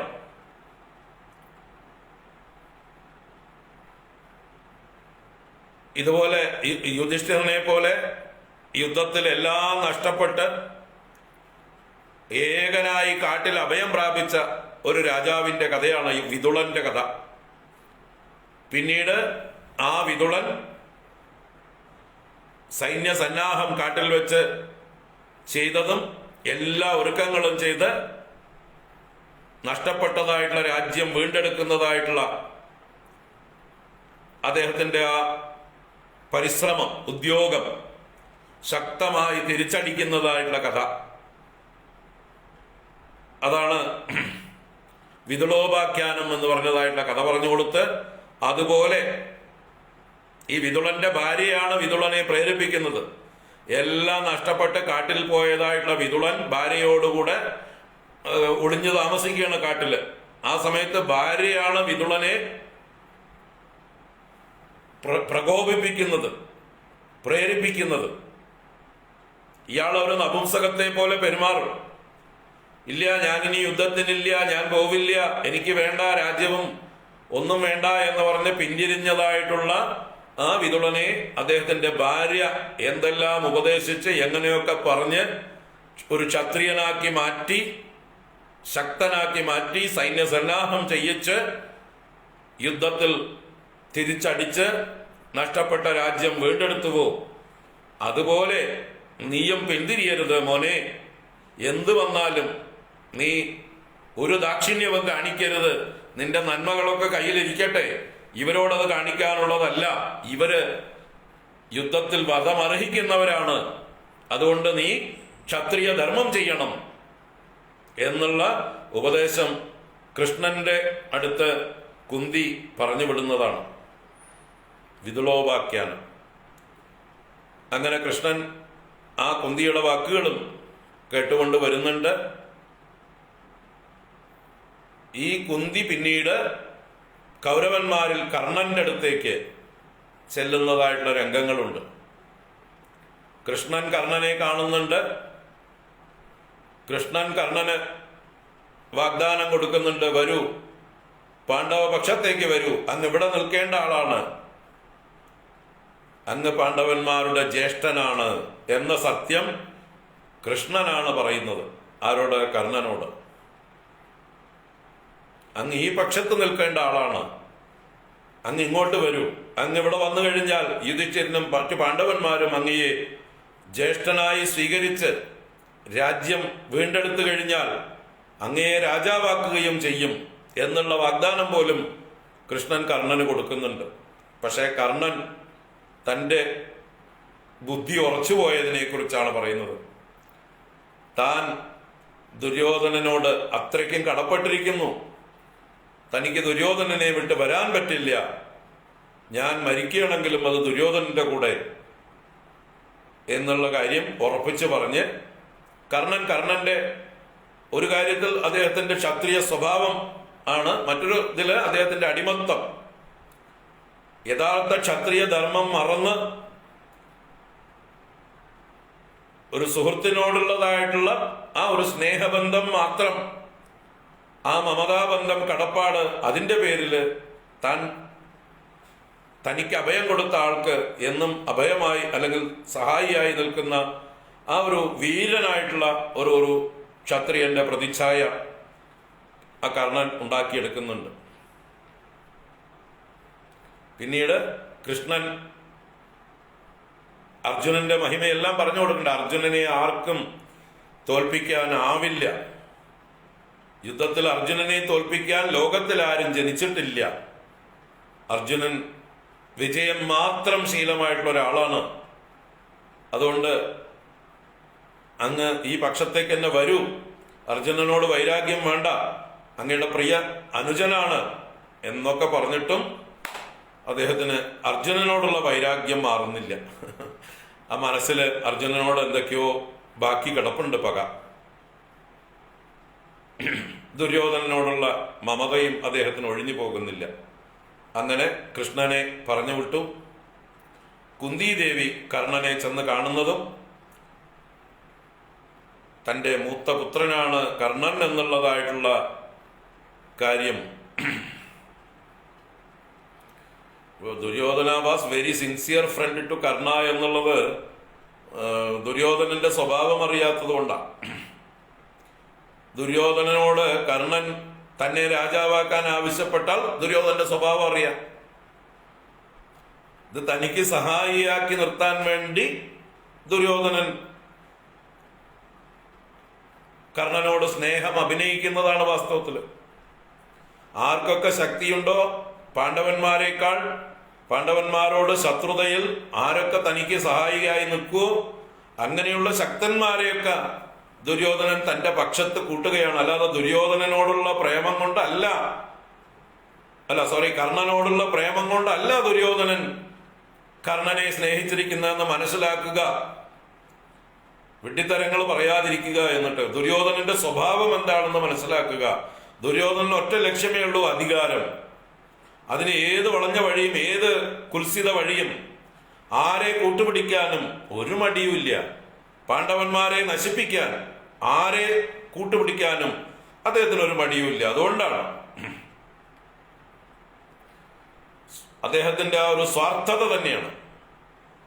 അല്ലാതെ തന്നേക്കാൾ യോഗ്യനാണ് കർണൻ, ഏട്ടൻ രാജാവാകൂ എന്ന് പറഞ്ഞ് കർണനെ രാജാവാക്കുവോ ദുര്യോധനൻ? അത്ര സ്നേഹമുണ്ടെങ്കിൽ അതാണ് ചെയ്യേണ്ടത്. അതൊന്നുമില്ല. നക്കാപ്പിച്ച കൊടുത്ത് കൂടെ നിർത്തി, അംഗരാജ്യം എന്നുള്ളൊരു ചെറിയൊരു ഭാഗം കൊടുത്തിട്ട് കൂടെ നിർത്തി. അത് മനസ്സിലാക്കും, വിഡ്ഢിത്തരങ്ങൾ പറയാതിരിക്കൂ. ഇനിയും ഇത്രയും കേട്ടിട്ട് പിന്നെയും വിഡ്ഢിത്തരങ്ങൾ പറഞ്ഞുകൊണ്ടേയിരിക്കുകയാണ്.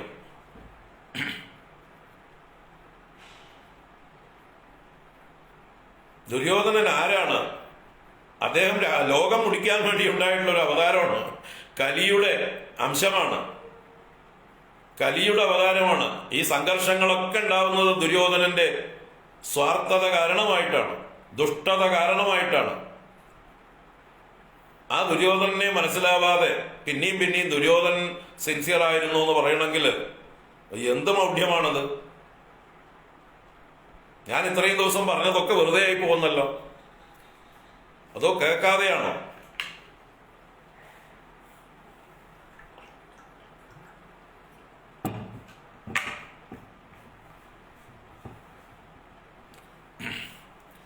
അവിടുന്നും ഇവിടുന്നും വല്ല കഥകളൊക്കെ വായിച്ച് നോവലുകളൊക്കെ വായിച്ചിട്ട് അതൊക്കെ ഉള്ളിൽ കിടക്കുകയാണ്.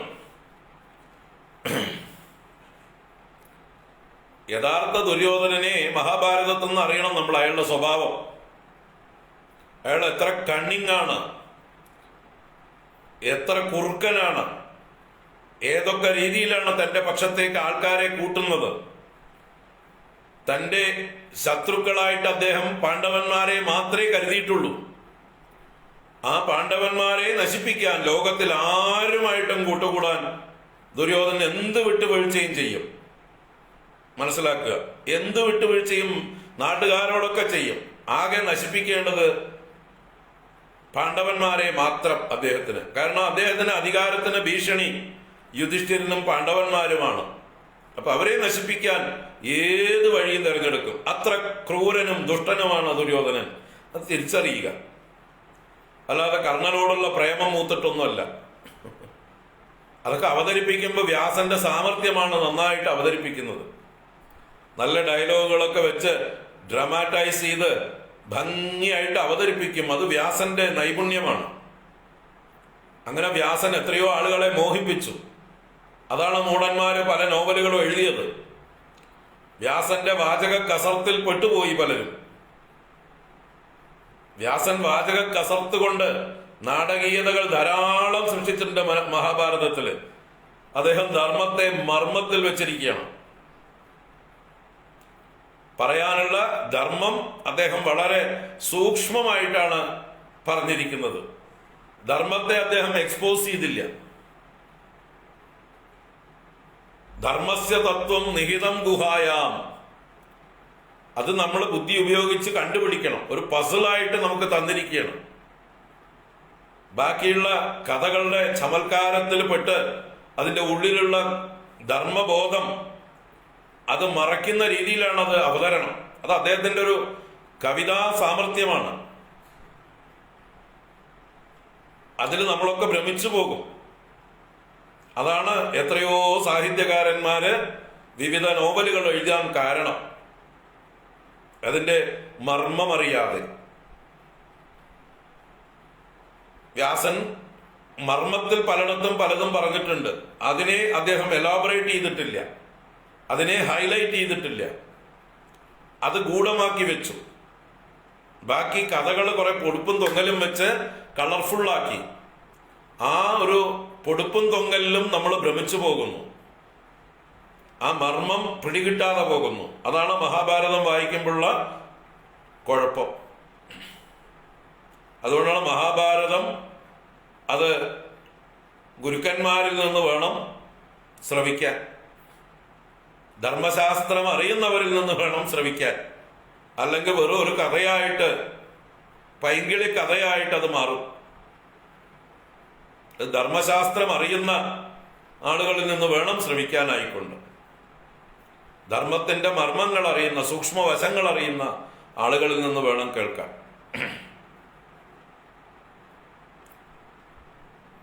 അപ്പോ കുന്തിദേവി കർണനെ സമീപിക്കുന്നതും കർണൻ തൻ്റെ സ്റ്റാൻഡ് ഉറപ്പിച്ച് പറയുന്നു. കുന്തിദേവി പറയേണ്ടത്, നീ എൻ്റെ മൂത്ത മകനാണ്, പാണ്ഡവന്മാർ നിന്റെ അനുജന്മാരാണ്, നിന്റെ കൈകളെ കൊണ്ട് അവരെ കൊല്ലരുത്, നീ അവരുടെ പക്ഷത്ത് നിൽക്കണം, നീ കൂടെ നിന്നാൽ പാണ്ഡവന്മാർ നിന്നെ ബഹുമാനിക്കും, ജ്യേഷ്ഠനായി അംഗീകരിക്കും എന്നൊക്കെ കുന്തിദേവിയും പറയുന്നുണ്ട്. പക്ഷേ കർണൻ പറയുന്നു, ഞാൻ ദുര്യോധനന് വാക്കുകൊടുത്തു പോയി. ദുര്യോധനൻ എന്നെ വിശ്വസിച്ചാണ് ഇതിനൊക്കെ ഒരുമ്പെട്ടിരിക്കുന്നത്. അപ്പൊ ഞാൻ പക്ഷം മാറിക്കഴിഞ്ഞാൽ ദുര്യോധനനെ ചതിക്കലാകും, ദുര്യോധനന്റെ സർവ പദ്ധതികളും പൊളിഞ്ഞു വീഴും. ഞാനാണ് ദുര്യോധനന്റെ ബലം. അപ്പൊ ഇങ്ങനെ അറിഞ്ഞ് ദുര്യോധനനെ തന്നെ താങ്ങണമെങ്കിൽ കർണൻ എത്ര അദ്ദേഹത്തിന്റെ ബുദ്ധി ദുഷിച്ചിരിക്കുന്നു എന്ന് മനസ്സിലാക്കുക. ഈ ദുഷ്ടന്മാരുടെ സ്വാധീനം കൊണ്ട് ആ ദുഷ്ടത്തലത്തിൽ അടിമയായി തീർന്നിരിക്കുന്നു. മനസ്സിലാക്കുക. ദാവൂദ് ഇബ്രാഹിം നിങ്ങളെ ഒരു ആപത്തിൽ സഹായിച്ചു എന്ന് പറഞ്ഞിട്ട് നിങ്ങൾ ദാവൂദ് ഇബ്രാഹിമിന്റെ കൂടെ നിൽക്കുവോ രാഷ്ട്രത്തിന്റെ വിരുദ്ധമായിട്ടുള്ള പ്രവൃത്തികളിൽ? ചിന്തിക്കുക. നിങ്ങൾക്ക് പട്ടിണി കിടന്നപ്പോ, നിങ്ങൾ മരിക്കാൻ കിടന്നപ്പോ, നിങ്ങൾക്ക് ആശുപത്രി ചെലവിനോ ഭക്ഷണം വാങ്ങിച്ചു തരാനോ ദാവൂദ് ഇബ്രാഹിം സഹായിച്ചു. അതോടുകൂടി നിങ്ങളുടെ ജീവിതം ദാവൂദ് ഇബ്രാഹിമിന് അടിമയായി തീരുക. എന്നിട്ട് ദാവൂദ് ഇബ്രാഹിം നിങ്ങളെ കൊണ്ട് പാർലമെന്റ് മന്ദിരത്തിൽ ബോംബ് വെക്കാൻ പറഞ്ഞാൽ നിങ്ങൾ കൊണ്ടുപോയി വെച്ചിട്ട് വരിക. അതാണ് കടം വീട്ടാനുള്ള വഴി. ശരിയാണോ?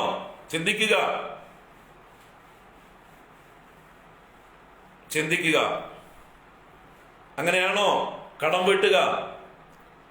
വാസ്തവത്തിൽ നമ്മൾക്ക് എല്ലാവർക്കും കമ്മിറ്റ്മെന്റ് വേണ്ടത് ഈശ്വരനോടാണ്, ധർമ്മത്തോടാണ്. അവിടെയാണ് കർണന് പറ്റുന്ന തെറ്റ്. നമ്മളെപ്പോഴും നമ്മൾ വളരേണ്ടത്, നമ്മൾ ബാല്യത്തിൽ തന്നെ പഠിക്കേണ്ടത്, നമ്മളെല്ലാവരും ഈശ്വരനോട് കടപ്പെട്ടവരാണ്. നമ്മളെല്ലാവരും ധർമ്മത്തോട് കടപ്പെട്ടവരാണ്. അല്ലാതെ വ്യക്തികളോടല്ല നമ്മുടെ കടപ്പാട്. വ്യക്തികൾക്ക് വേണ്ടി നമുക്ക് ധർമ്മത്തെ മാറ്റിമറിക്കാൻ പറ്റില്ല. നമുക്ക് നമ്മുടെ ഭാരതത്തിന്റെ ഭരണഘടനയാണ് മുഖ്യം. ആ ഭരണഘടനയ്ക്ക് എതിരായിട്ട് നിങ്ങളുടെ അച്ഛനാണെങ്കിലും അമ്മയാണെങ്കിലും മക്കളാണെങ്കിലും സഹോദരങ്ങളാണെങ്കിലും എന്തെങ്കിലും പ്രവർത്തിച്ചാൽ അവരുടെ കൂടെ നിൽക്കണോ നിങ്ങൾ ചിന്തിക്കുക. ഈ ഭാരത ഭരണഘടനയുണ്ടല്ലോ, ആ ഭരണഘടനയെ തുരങ്കം വെക്കുന്ന പ്രവൃത്തികൾ നിങ്ങളുടെ ബന്ധുക്കൾ ചെയ്താൽ അവരോട് കൂടെ നിൽക്കുമോ, അതോ ഭാരത ഭരണഘടനയുടെ കൂടെ നിൽക്കുമോ നിങ്ങൾ? അതുപോലെ ഈ ലോകത്തിന്റെ ഭരണഘടനയാണ് ധർമ്മവ്യവസ്ഥ. അത് ഈശ്വര നിശ്ചയമാണ്, ഈശ്വരന്റെ വ്യവസ്ഥയാണ്, വേദങ്ങളിൽ പറഞ്ഞിട്ടുള്ള ധർമ്മമാണ്. അപ്പൊ നമ്മൾ എല്ലായ്പ്പോഴും നമ്മുടെ കമ്മിറ്റ്മെന്റ് വേണ്ടത് ഈശ്വരനോടും ഈശ്വരന്റെ നിയമങ്ങളോടുമായിരിക്കണം. ബന്ധുക്കളൊക്കെ താൽക്കാലികമാണ്, അത് ഗൗണധർമ്മമാണ്. മുഖ്യധർമ്മം അതാണ് അവിടെ തിരിച്ചറിയേണ്ടത്. നിങ്ങൾ മുഖ്യധർമ്മവും ഗൗണധർമ്മവും തമ്മിൽ തിരിച്ചറിയണം.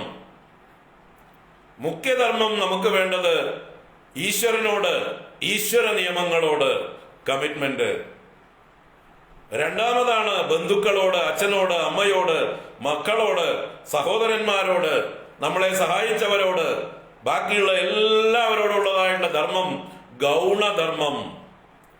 ഗൗണധർമ്മം മുഖ്യധർമ്മത്തിന് എതിരാകുന്നത് വരെ നമുക്ക് ഗൗണധർമ്മത്തെ പാലിക്കാം. ഗൗണധർമ്മം മുഖ്യധർമ്മത്തിന് എപ്പോ എതിരാവുന്നുവോ അപ്പോൾ ഗൗണധർമ്മം വെടിഞ്ഞ് മുഖ്യധർമ്മം സ്വീകരിക്കണം. മനസ്സിലാവുണ്ടോ? ഇതാണ് മഹാഭാരതത്തിന്റെ സന്ദേശം തന്നെ.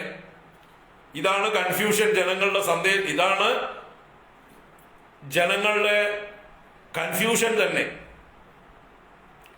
ഈ മുഖ്യധർമ്മവും ഗൗണധർമ്മവും തമ്മിലുള്ള കൺഫ്യൂഷൻ ഭീഷ്മർ തുടങ്ങി വെച്ചതാണത്. മുഖ്യധർമ്മവും ഗൗണധർമ്മവും തമ്മിലുള്ള കൺഫ്യൂഷൻ ഭീഷ്മർ തുടങ്ങി വെച്ചതാണ്. അത് കർണനിലൂടെ വികസിച്ച് വളർന്ന് പന്തലിച്ചിരിക്കുന്നു. അത് ബാക്കിയുള്ള ഓരോരുത്തരിലും കാണാം. എല്ലാവരും ഗൗണധർമ്മത്തെ മുഖ്യധർമ്മമാക്കിയെടുത്തു, മുഖ്യധർമ്മത്തെ ഉപേക്ഷിച്ചു. മുഖ്യധർമ്മം സനാതനധർമ്മമാണ്, മുഖ്യധർമ്മം വർണ്ണാശ്രമധർമ്മമാണ്. ഇവർ ക്ഷത്രിയരായതുകൊണ്ട് ഇവർക്ക് മുഖ്യധർമ്മം രാജധർമ്മമാണ്. അത് കഴിച്ചിട്ടേ ഉള്ളൂ ബാക്കിയുള്ള കടപ്പാടുകളൊക്കെ. തിരിച്ചറിയുക ഏത് കടപ്പാടുകളും. അപ്പൊ മുഖ്യധർമ്മം ഗൗണധർമ്മം. മുഖ്യധർമ്മം എന്ന് പറഞ്ഞാൽ പ്രൈമറി ഡ്യൂട്ടി, ഗൗണധർമ്മം എന്ന് പറഞ്ഞാൽ സബ്സിഡിയറി, സെക്കൻഡറി. മനസ്സിലാവുണ്ടോ? മുഖ്യം ഗൗണം, മുഖ്യം ഗൗണം പറഞ്ഞ് പഠിക്കും. നമ്മുടെ മുഖ്യധർമ്മത്തിന് എതിരാവുകയാണ് ഗൗണധർമ്മമെങ്കിൽ നമ്മൾ ഗൗണധർമ്മത്തെ വെടിയാം, ഉപേക്ഷിക്കാം, മുഖ്യധർമ്മം പാലിക്കണം. മനസ്സിലാവുണ്ടോ? ഇപ്പൊ നമ്മുടെ പ്രൈം മിനിസ്റ്റർ നരേന്ദ്രമോദി, അദ്ദേഹത്തിന്റെ മുഖ്യധർമ്മം എന്താണ്? അദ്ദേഹം ഇപ്പോൾ ഇരിക്കുന്ന പദവി, പ്രൈം മിനിസ്റ്റർ എന്ന പദവിയിൽ അദ്ദേഹത്തിന്റെ മുഖ്യധർമ്മം അദ്ദേഹത്തിന്റെ പ്രൈം മിനിസ്റ്റർ ഡ്യൂട്ടീസ് ആണ്. അദ്ദേഹത്തിന് ഇന്ത്യ രാജ്യത്തുള്ള 135 കോടി ജനങ്ങളോടുമാണ് കടപ്പാട്. അവരുടെ എല്ലാവരുടെയും നന്മയെ മാത്രമേ അദ്ദേഹം ചിന്തിക്കാൻ പാടുള്ളൂ. അല്ലാതെ അദ്ദേഹത്തിന്റെ കുടുംബകാര്യം അത് ഗൗണധർമ്മം. അദ്ദേഹത്തിന് അമ്മയോട് കടപ്പാടുണ്ടാവും, അദ്ദേഹത്തിന് സഹോദരങ്ങളോട് കടപ്പാടുകൾ ഉണ്ടാവും, അദ്ദേഹത്തിന് ഭാര്യയും മക്കളുണ്ടെങ്കിൽ കടപ്പാടുകൾ ഉണ്ടാവും. ബാക്കി ആരൊക്കെ അദ്ദേഹത്തിന്റെ പാർട്ടിയോട് കടപ്പാടുണ്ടാവും. അദ്ദേഹത്തെ ഇത്രയും കാലം വളർത്തിക്കൊണ്ടുവന്ന ഓരോരുത്തരോടും അദ്ദേഹത്തിന് കടപ്പാടുണ്ടാവും. പക്ഷേ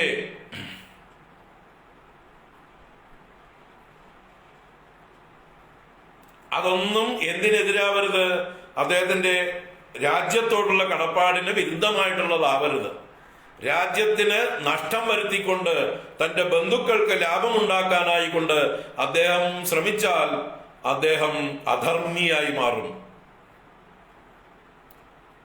തന്റെ പരിമിതികളിൽ നിന്നുകൊണ്ട്, രാജ്യത്തിന്റെ നിയമങ്ങൾക്കകത്ത് നിന്നുകൊണ്ട് അദ്ദേഹത്തിന്റെ അമ്മയെ രക്ഷിക്കാം, അമ്മയ്ക്ക് വേണ്ടത് ചെയ്യാം, സഹോദരങ്ങൾക്ക് വേണ്ടത് ചെയ്യാം. നിയമങ്ങൾ ലംഘിച്ചുകൊണ്ടാവരുത്. രാജ്യ നിയമങ്ങൾക്ക്, ഭരണഘടനയ്ക്ക് വിരുദ്ധമായി കൊണ്ട് ഒന്നും അദ്ദേഹം വഴിവിട്ട് തന്റെ സഹോദരങ്ങളെ രക്ഷിക്കാൻ ഒന്നും ചെയ്തുകൂടാ. ഇതുവരെ അദ്ദേഹം അത് ചെയ്തിട്ടുമില്ല. അതാണ് അദ്ദേഹത്തിന്റെ മഹത്വം. ബാക്കിയുള്ള ഭരണാധികാരികൾ എവിടെ നോക്കിയാലും അതേ ചെയ്യുന്നുള്ളൂ. നമ്മുടെ കേരളത്തിലാണെങ്കിലും തമിഴ്നാട്ടിലാണെങ്കിലും എവിടെ നോക്കിയാലും അവരവരുടെ സ്വന്തക്കാരെ കുത്തിത്തിരുകി എല്ലാ പദവികളും അർഹതയില്ലാത്തവരെ കൊണ്ട് നിറച്ച് അർഹതയുള്ളവർ ആത്മഹത്യ ചെയ്യുന്ന അവസ്ഥയില് അർഹതയുള്ളവരെ സസ്പെൻഡ് ചെയ്യുകയും ഡിസ്മിസ് ചെയ്യുകയും കോടതിയിൽ കേസിന് പോവുകയും അല്ലേ? നമ്മുടെ കേരളത്തിൽ കണ്ടില്ലേ, സെൻകുമാറിനെയും ജേക്കബ് തോമസിനെയും പോലെയുള്ള ശ്രേഷ്ഠരായുള്ള IAS IPS ഉദ്യോഗസ്ഥന്മാരെയൊക്കെ പുറന്തള്ളിക്കൊണ്ട് അവരെ സസ്പെൻഡ് ചെയ്യുകയും ഉപദ്രവിക്കുകയും ചെയ്തുകൊണ്ട് കള്ളന്മാരായിട്ടുള്ള ശിവശങ്കരന്മാരെ ലാളിച്ച് പോഷിപ്പിച്ചു കൊണ്ട് നടന്നില്ലേ? ഇപ്പൊ നമ്മൾ കാണുന്നില്ലേ അതൊക്കെ? രാജ്യവിരുദ്ധം, ധർമ്മവിരുദ്ധം, നിയമവിരുദ്ധം, സ്വന്തം കാര്യം കാണാൻ വേണ്ടി, സ്വാർത്ഥതയ്ക്ക് വേണ്ടി ഓരോരുത്തരും തോന്നിയവാസം ചെയ്യുന്നത് കാണുന്നില്ലേ നമ്മൾ? അത് ശരിയാണോ?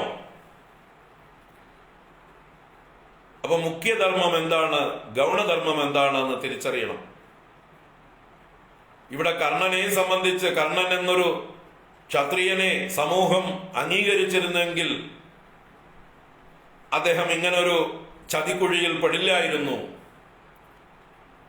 അതിന് അദ്ദേഹത്തെ കുറ്റപ്പെടുത്തിയിട്ട് കാര്യമില്ല. അത് സമൂഹത്തിന്റെ ഒരു ദോഷം. അന്നത്തെ ആ സമൂഹത്തിന് മാർഗദർശനം നൽകിയിരുന്ന കാരണവന്മാരുടെ ദോഷം.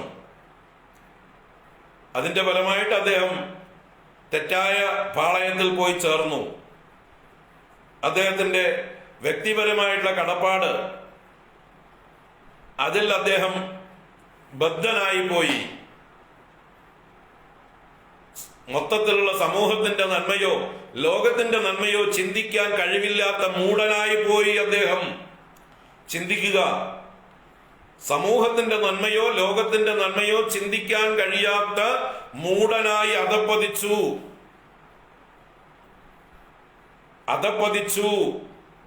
അതിന് കാരണം ഈ സ്വാർത്ഥന്റെ ദുഷ്ടത്തരമാണ്, ഇവന്റെ സാമർഥ്യമാണ്. അവൻ ചതിക്കുഴിയിൽ വീഴ്ത്തി. ഇതൊക്കെ നമ്മൾ വായിച്ചെടുക്കണം. അതിനാണ് ഈ കഥ പറയുന്നത്. ഇത് വിസ്തരിക്കാൻ നിന്നില്ല ഞാൻ. നിങ്ങൾ എന്നെ പ്രകോപിപ്പിച്ചപ്പോ ഞാൻ പറഞ്ഞു പോയതാണ്. അത് ഇനിയും പറയാനുള്ള അവസരങ്ങൾ വരുന്നുണ്ട്. ഗീതയിലൂടെ പറയാമെന്ന് വിചാരിച്ചിരിക്കുകയായിരുന്നു. ഈ മുഖ്യധർമ്മവും ഗൗണധർമ്മവുമാണ് നമ്മൾ തിരിച്ചറിയേണ്ടത്. നമ്മുടെ primary duty and secondary duty, subsidiary duties ഒരുപാടുണ്ടാവും നമുക്ക്. പക്ഷെ ഏറ്റവും പ്രധാനമായിട്ടുള്ള ധർമ്മം അത് സനാതന ധർമ്മമാണ്. അത് വർണ്ണാശ്രമ ധർമ്മമാണ്. അത് ഇവരൊക്കെ ക്ഷത്രിയന്മാരായതുകൊണ്ട് രാജധർമ്മമാണ്. അതാണ് പാലിക്കേണ്ടത്, അല്ലാതെ വ്യക്തിധർമ്മങ്ങളല്ല. വ്യക്തിധർമ്മങ്ങൾ ഇവരുടെ മുഖ്യധർമ്മങ്ങൾക്ക് എതിരാവാത്തത് വരെ പാലിക്കാം. എതിരാവുന്നതോടുകൂടി വ്യക്തിബന്ധങ്ങളൊക്കെ മാറ്റിവെക്കണം. വ്യക്തികളോടുള്ള കടപ്പാടുകളൊക്കെ മാറ്റിവെക്കണം.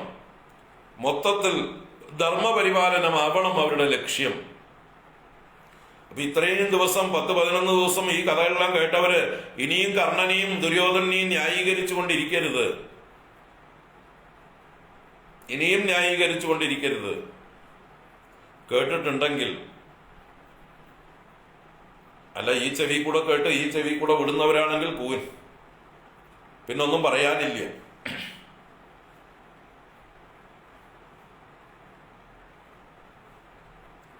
അപ്പൊ ഇങ്ങനെ കുന്തിദേവി കർണനെ സത്യം പറഞ്ഞ് പിന്തിരിപ്പിക്കാനായിക്കൊണ്ട് ശ്രമിച്ചു.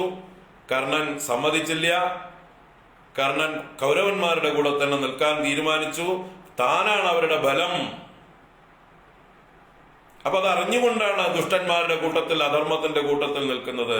അപ്പൊ അത് ദോഷമാണ്, തീർച്ചയായിട്ടും വലിയ പാപമാണ്. താനാണ് അവരുടെ ബലമെന്ന് അറിഞ്ഞിട്ടും ഈ ദുഷ്ടന്മാരെ പ്രേരിപ്പിച്ചിരിക്കുന്നതും അവർക്ക് ശക്തി കൊടുക്കുന്നതും താനാണ്. തന്റെ കായിക ബലത്തിലാണ്, തന്റെ അസ്ത്രപാടവത്തിലാണ് ദുര്യോധനൻ മുമ്പിൽ നിൽക്കുന്നത്, ഈ യുദ്ധത്തിന് തയ്യാറായിരിക്കുന്നത്. താൻ ഒരു വാക്ക് ദുര്യോധനനെ തള്ളി പറഞ്ഞാൽ ദുര്യോധനൻ ഈ യുദ്ധത്തിൽ നിന്ന് പിന്മാറി പാതി രാജ്യം കൊടുത്ത് കോംപ്രമൈസ് ചെയ്ത് യുദ്ധമില്ലാതെയാവും. അപ്പൊ ആ കോംപ്രമൈസിന് നിൽക്കുകയായിരുന്നു വേണ്ടിയിരുന്നത് കർണൻ. ദുര്യോധനെ ഉപദേശിക്കാനാണ് കർണൻ തയ്യാറാവേണ്ടിയിരുന്നത്. ഒന്ന് ഉപദേശിക്കാൻ മതിയായിരുന്നു. പക്ഷെ ആ കർണനാണ് ദുര്യോധനെ കൂടുതൽ പ്രകോപിപ്പിച്ചിട്ടുള്ളത് എന്നും കൂടി നോക്കുക നിങ്ങൾ. ഉപദേശിച്ച് തിരുത്തുന്നതിന് പകരം, സർവനാശത്തിലേക്ക് പോകുന്നതിന് പകരം നമുക്കൊക്കെ സന്തോഷമായിട്ട് കഴിയാം, പാതി രാജ്യം കൊടുക്കൂ, നമുക്ക് കോംപ്രമൈസ് ചെയ്യാം, ഉള്ളത് വെച്ച് നമുക്ക് തൃപ്തരാവാം, എന്തായാലും ഏട്ടനല്ലേ, അവരും ശക്തന്മാരല്ലേ, ശക്തന്മാർ തമ്മിലുള്ളതായിട്ടുള്ള മത്സരം നല്ലതിനല്ല, അത് സർവനാശത്തിലേക്ക് കൊണ്ടുപോകുള്ളൂ. അതുകൊണ്ട് അവരെ അവരുടെ പാട്ടിന് വിടൂ, ആ ഇന്ദ്രപ്രസ്ഥം കൊടുക്കൂ, ബാക്കി നമുക്ക് നോക്കാം, നമ്മുടെ രാജ്യം നന്നായിട്ട് നമുക്ക് രക്ഷിക്കാം, ഞാനുണ്ട് കൂടെ എന്ന് പറഞ്ഞ് നിന്നോട്ടെ. അതിന് അവകാശമുണ്ട് കർണന്. പക്ഷെ അതേ കർണനാണ് ദുര്യോധനെ പ്രകോപിപ്പിച്ചുകൊണ്ടേയിരുന്നത്. ഒരിക്കലും വിട്ടുകൊടുക്കരുത്, ഞാനുണ്ട് കൂടെ, യുദ്ധം വന്നാൽ ഞാനുണ്ട് കൂടെ, പാണ്ഡവന്മാരെ മുഴുവൻ നശിപ്പിക്കാൻ ഞാനുണ്ട് കൂടെ, അർജുനനെ വെല്ലാൻ ഞാനുണ്ട് കൂടെ എന്ന് ഓരോ പ്രാവശ്യവും ദുര്യോധനന് ബലം കൊടുത്തത് ആരാണ്? അത് ഈ കർണനാണ്. അപ്പൊ ഈ കർണൻ നല്ലവനാണോ എന്ന് അങ്ങനെ ചിന്തിക്കുക നിങ്ങൾ. വെട്ടി തുറന്നു പറഞ്ഞാൽ ഇങ്ങനെയൊക്കെ പറയേണ്ടി വരും. നിങ്ങൾക്ക് കർണനോടുള്ള സിമ്പതിയൊക്കെ പിന്നെ പോവും. ഒരു സിമ്പതി ഉണ്ടാവില്ല പിന്നെ ആരോടും. സിമ്പതി അർഹിക്കുന്നില്ല അവര്. കൃഷ്ണൻ കാണിച്ചിട്ടില്ല സിമ്പതി അവരോടൊന്നും. ഭഗവാൻ കാണിച്ചിട്ടില്ല ആരോടും സിമ്പതി. നോക്കുക, അർജുനൻ പോലും കർണനോട് സിമ്പതി കാണിച്ചപ്പോ ഭഗവാൻ എന്താ ചെയ്യിച്ചത്? ഇവൻ സിമ്പതി അർഹിക്കുന്നില്ല എന്നാ ഭഗവാൻ പറഞ്ഞത്. ഇവന് നമ്മൾ എല്ലാ അവസരവും കൊടുത്തു, അതുകൊണ്ട് അവൻ തിരുത്തിയില്ല, അതുകൊണ്ട് അവൻ കൊല്ലപ്പെടണം, അതുകൊണ്ട് ഇപ്പോഴേ അവനെ കൊല്ലാൻ പറ്റുള്ളൂ. നിരായുധനായി താഴെ രഥത്തിൽ നിന്ന് ഇറങ്ങി നിൽക്കുന്ന കർണന്റെ നേരെ അസ്ത്രം പ്രയോഗിക്കാൻ ഭഗവാൻ അർജുനനെ നിർബന്ധിക്കുകയാണ് ചെയ്തത്. കാരണം ആയുധധാരിയായിട്ട് നിൽക്കുമ്പോൾ യുദ്ധം അവസാനിക്കാൻ പോണില്ല. കർണനെ അങ്ങനെയൊന്നും പെട്ടെന്നൊന്നും കൊല്ലാൻ പറ്റില്ല. അപ്പൊ ഇപ്പൊ കർണനെ ഈ ഒരു അവസ്ഥയിലാക്കിയത് അർജുനൻ തന്നെയാണ്, നിരായുധനാക്കിയത്. ഇനി സിമ്പതി കാണിക്കേണ്ട, കിട്ടിയ അവസരം ഉപയോഗിക്കുക, കൊന്നുകളയുക എന്നാരാ പറഞ്ഞത്? ധർമ്മമൂർത്തിയായിട്ടുള്ള ഭഗവാൻ. അപ്പൊ ഭഗവാന് തെറ്റുപറ്റിയോ? അല്ലെ, നിങ്ങൾ ഭഗവാനെ വിമർശിക്കുവോ? മൂഢജനങ്ങളായിട്ടുള്ള നിങ്ങള് ഭഗവാനെ വിമർശിക്കാൻ ധൈര്യമുണ്ടോ നിങ്ങൾക്ക്? നമ്മൾ സൂക്ഷ്മതയിൽ ചിന്തിച്ചാൽ നമ്മൾ ഇവരോടൊക്കെ സിമ്പതി കാണിക്കുമ്പോൾ ഭഗവാനെയാണ് വാസ്തവത്തിൽ വെറുക്കുന്നത്. ഭഗവാൻ ചെയ്തത് തെറ്റാണെന്ന് നമ്മള് ഭഗവാനെ ഒരു എതിർപക്ഷത്ത് നിർത്തുകയാണ് നമ്മൾ വാസ്തവത്തില്. ഒരിക്കലും അങ്ങനെ ചിന്തിക്കാനേ പാടില്ല. കാരണം ഭഗവാൻ സർവജ്ഞനും സർവശക്തനും ധർമ്മമൂർത്തിയുമാണ്. ആ ധർമ്മമൂർത്തിയും സർവജ്ഞനും സർവശക്തനുമായിട്ടുള്ള ഭഗവാൻ എന്ത് ചെയ്തുവോ അത് മാത്രമാണ് ശരി, അത് മാത്രമാണ് ശരി. ആ ഭഗവാൻ പറഞ്ഞതും ചെയ്തതും എന്താണോ അത് ന്യായീകരിക്കാൻ മാത്രമേ നമുക്ക് പാടുള്ളൂ, നമുക്ക് അതിനെ അർഹതയുള്ളൂ. അതാണ് ശരി. കാരണം നമ്മൾ ഭഗവാനോളം വളർന്നിട്ടില്ല, ഭഗവാന്റെ അപ്പുറത്തേക്കും വളർന്നിട്ടില്ല. ഭഗവാനെ തിരുത്താൻ, ഭഗവാൻ ചെയ്തത് തെറ്റായി പോയി എന്ന് പറയാൻ നമ്മൾ ആരുമല്ല. നമ്മള് ഭഗവാന്റെ എന്താ പറയുക, 10,000-ൽ-1 അംശം പോലും ആയിട്ടില്ല ഭഗവാനെ വിമർശിക്കാൻ. സർവജ്ഞനും സർവശക്തനുമായ ഭഗവാൻ എന്ത് ചെയ്തു അതാണ് ശരി. അതാണ് ധർമ്മം. ആ ഭഗവാൻ ധർമ്മം കാണിച്ചു തരികയാണ് മഹാഭാരതത്തില്. മൂഢന്മാർക്ക് തെറ്റുപറ്റിയവർക്ക് തിരുത്തിക്കൊണ്ട്. അപ്പൊ അതേ മൂഢത്തരത്തെ പിന്നെയും പിന്നെയും നമ്മൾ ആവർത്തിച്ചു കൊണ്ടിരിക്കരുത്. നമ്മുടെ ഉള്ളിൽ നിന്ന് അങ്ങനെയുള്ള ചിന്തകളൊക്കെ ഉണ്ടെങ്കിൽ കഴുകിക്കളയണം. കർണനെയും ദുര്യോധനെയും ന്യായീകരിക്കുന്ന ഒരു പ്രവൃത്തിയും ഒരു വാക്കും നമ്മുടെ ഭാഗത്തുനിന്ന് വരരുത്. അല്പം സിമ്പതി കാണിക്കാം, അത് മനുഷ്യത്വം. പക്ഷെ അവരൊന്നും സിമ്പതി അർഹിക്കുന്നില്ല. ഇത്രയും സർവനാശത്തിന് കാരണക്കാരൻ കർണനാണ്. കർണന്റെ ബലത്തിലാണ് ദുര്യോധനൻ യുദ്ധം ചെയ്യുന്നത്. ഭീഷ്മരേക്കാൾ, ദ്രോണരേക്കാൾ, അശ്വത്ഥാമാവിനേക്കാൾ ദുര്യോധനന് വിശ്വാസം കർണനെയാണ്. അത് നിങ്ങൾക്ക് ഏത് സന്ദർഭം എടുത്തു നോക്കിയാലും കാണാൻ പറ്റും. ദുര്യോധനന്റെ വാക്കുകൾ എവിടെ നിങ്ങൾ ശ്രദ്ധിച്ചാലും ഭീഷ്മരെ കുറ്റപ്പെടുത്താറുണ്ട് അദ്ദേഹം, ദ്രോണരെ കുറ്റപ്പെടുത്തിയിട്ടുണ്ട്, ശല്യരെ കുറ്റപ്പെടുത്തിയിട്ടുണ്ട്, ബാക്കി എല്ലാവരെയും കുറ്റപ്പെടുത്തിയിട്ടുണ്ട്. കർണനെ അദ്ദേഹം ഒരിക്കലും കുറ്റപ്പെടുത്തിയിട്ടില്ല. കാരണം കർണൻ അത്രയും കട്ട സപ്പോർട്ടായിരുന്നു ദുര്യോധനന്. പരസ്പരം അവർ ഒന്നായി തീർന്നിരുന്നു. രണ്ട് അധർമ്മമൂർത്തികൾ, അതാണ് നമ്മൾ കാണേണ്ടത്. അധർമ്മമൂർത്തികൾ രണ്ടും കൂടി ഒന്നായി തീർന്നു. അധർമ്മമൂർത്തിയായ കർണന്റെ സഹായം കൊണ്ടാണ് ദുര്യോധനൻ യുദ്ധത്തിന് ഒരുമ്പെട്ടത് എന്ന് നമ്മൾ മനസ്സിലാക്കുക. ആ കർണൻ എന്നെങ്കിലും ദുര്യോധനനെ വിമർശിച്ചിരുന്നെങ്കിൽ, അപ്പോ ഇതാണ് നമ്മൾ പറയാറുള്ളത്, ചങ്ങാതി നന്നെങ്കിൽ കണ്ണാടി വേണ്ട എന്ന്. യഥാർത്ഥത്തിൽ കർണൻ ദുര്യോധനന്റെ ഒരു നല്ല മിത്രമായിരുന്നുവെങ്കിൽ ദുര്യോധനനെ നാശത്തിൽ നിന്ന് പിന്തിരിപ്പിക്കേണ്ടവനായിരുന്നു, ദുര്യോധനനെ രക്ഷിക്കേണ്ടവനായിരുന്നു, ആ ദുര്യോധനന് സതുപദേശം ചെയ്യേണ്ടവനായിരുന്നു. വേണ്ടി വന്നാൽ ദുര്യോധനെ വിമർശിച്ച് തള്ളിപ്പറഞ്ഞാണെങ്കിലും ഇത്തിരി നൊന്താലും കുഴപ്പമൊന്നുമില്ല, രക്ഷിക്കാൻ വേണ്ടിയിട്ടാവണം. അച്ഛനമ്മമാര് മക്കളെ പലപ്പോഴും ശാസിക്കുന്നത് മനഃപൂർവമാണോ? അവരെ വേദനിപ്പിക്കാൻ വേണ്ടിയിട്ടാണോ? അവരെ രക്ഷിക്കാൻ വേണ്ടിയിട്ട് പലതും പറഞ്ഞു എന്ന് വരും. അപ്പൊ ഈ ലോയലാവുക എന്ന് പറഞ്ഞാൽ ആവശ്യത്തിന് വിമർശിക്കുകയും ആവാം.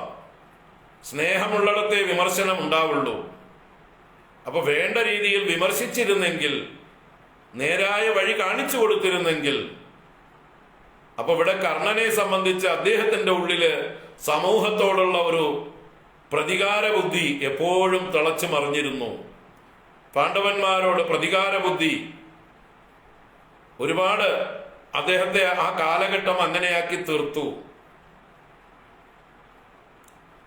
അപ്പൊ അങ്ങനെ ഒരു സാമൂഹ്യ ദ്രോഹിയായി തീർന്നിരുന്നു കർണൻ എന്ന് വേണം നമ്മൾ ആത്യന്തികമായിട്ട് വിലയിരുത്തുമ്പോൾ.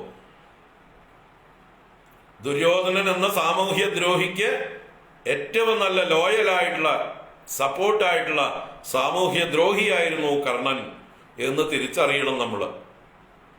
ഇനി കർണനെയും ദുര്യോധനെയും നമ്മൾ മഹത്വവൽക്കരിക്കുന്ന പരിപാടി നിർത്തണം.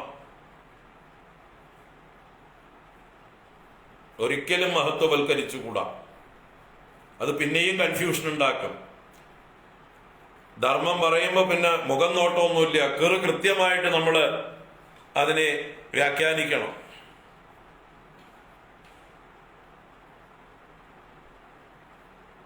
അപ്പോ കർണൻ അമ്മയ്ക്ക് വാക്ക് കൊടുത്തു. പിന്നെ എന്തു തന്നെയാണെങ്കിലും അമ്മയ്ക്ക് 5 മക്കളുണ്ടാകും.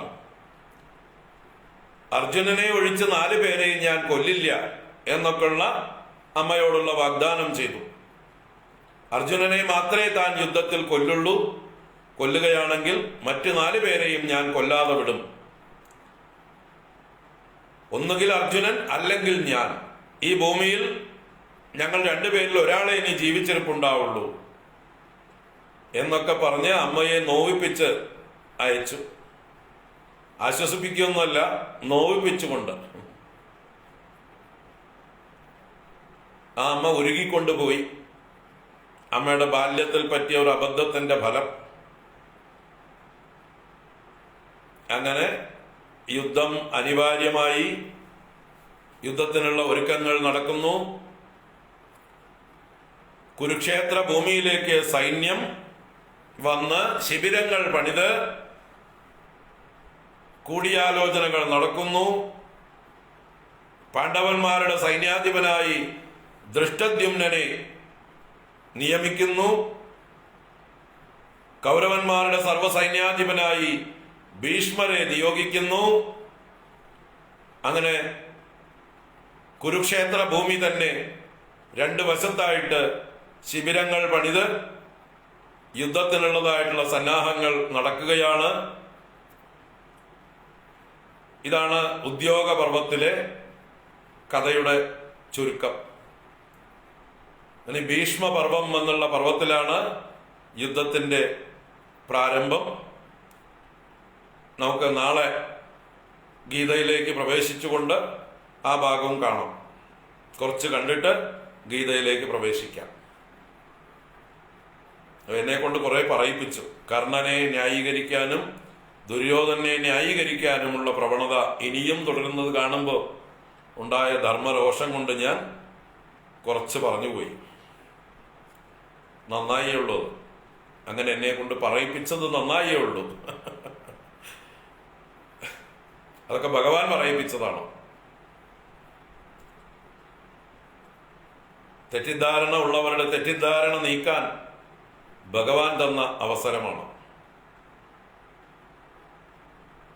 ഇപ്പൊ കർണൻ നല്ലവനായിരുന്നുവെങ്കിൽ ദുര്യോധനനെ നല്ലത് ഉപദേശിച്ച് പാതി രാജ്യം കൊടുത്ത് മര്യാദക്കാരനായിട്ടിരിക്കാൻ പ്രേരിപ്പിച്ചേനെ.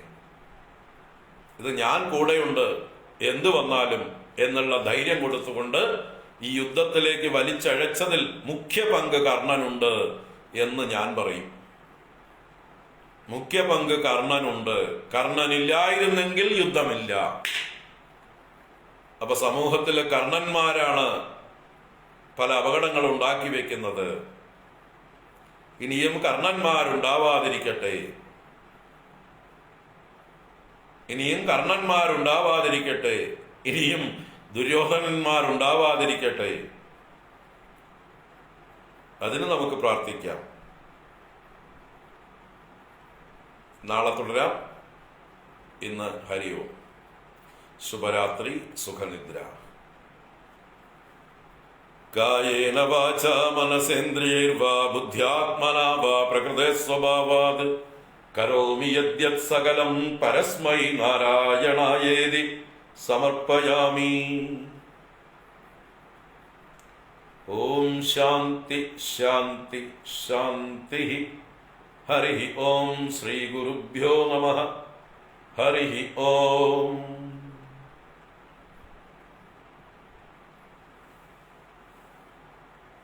ഹരി ഓം.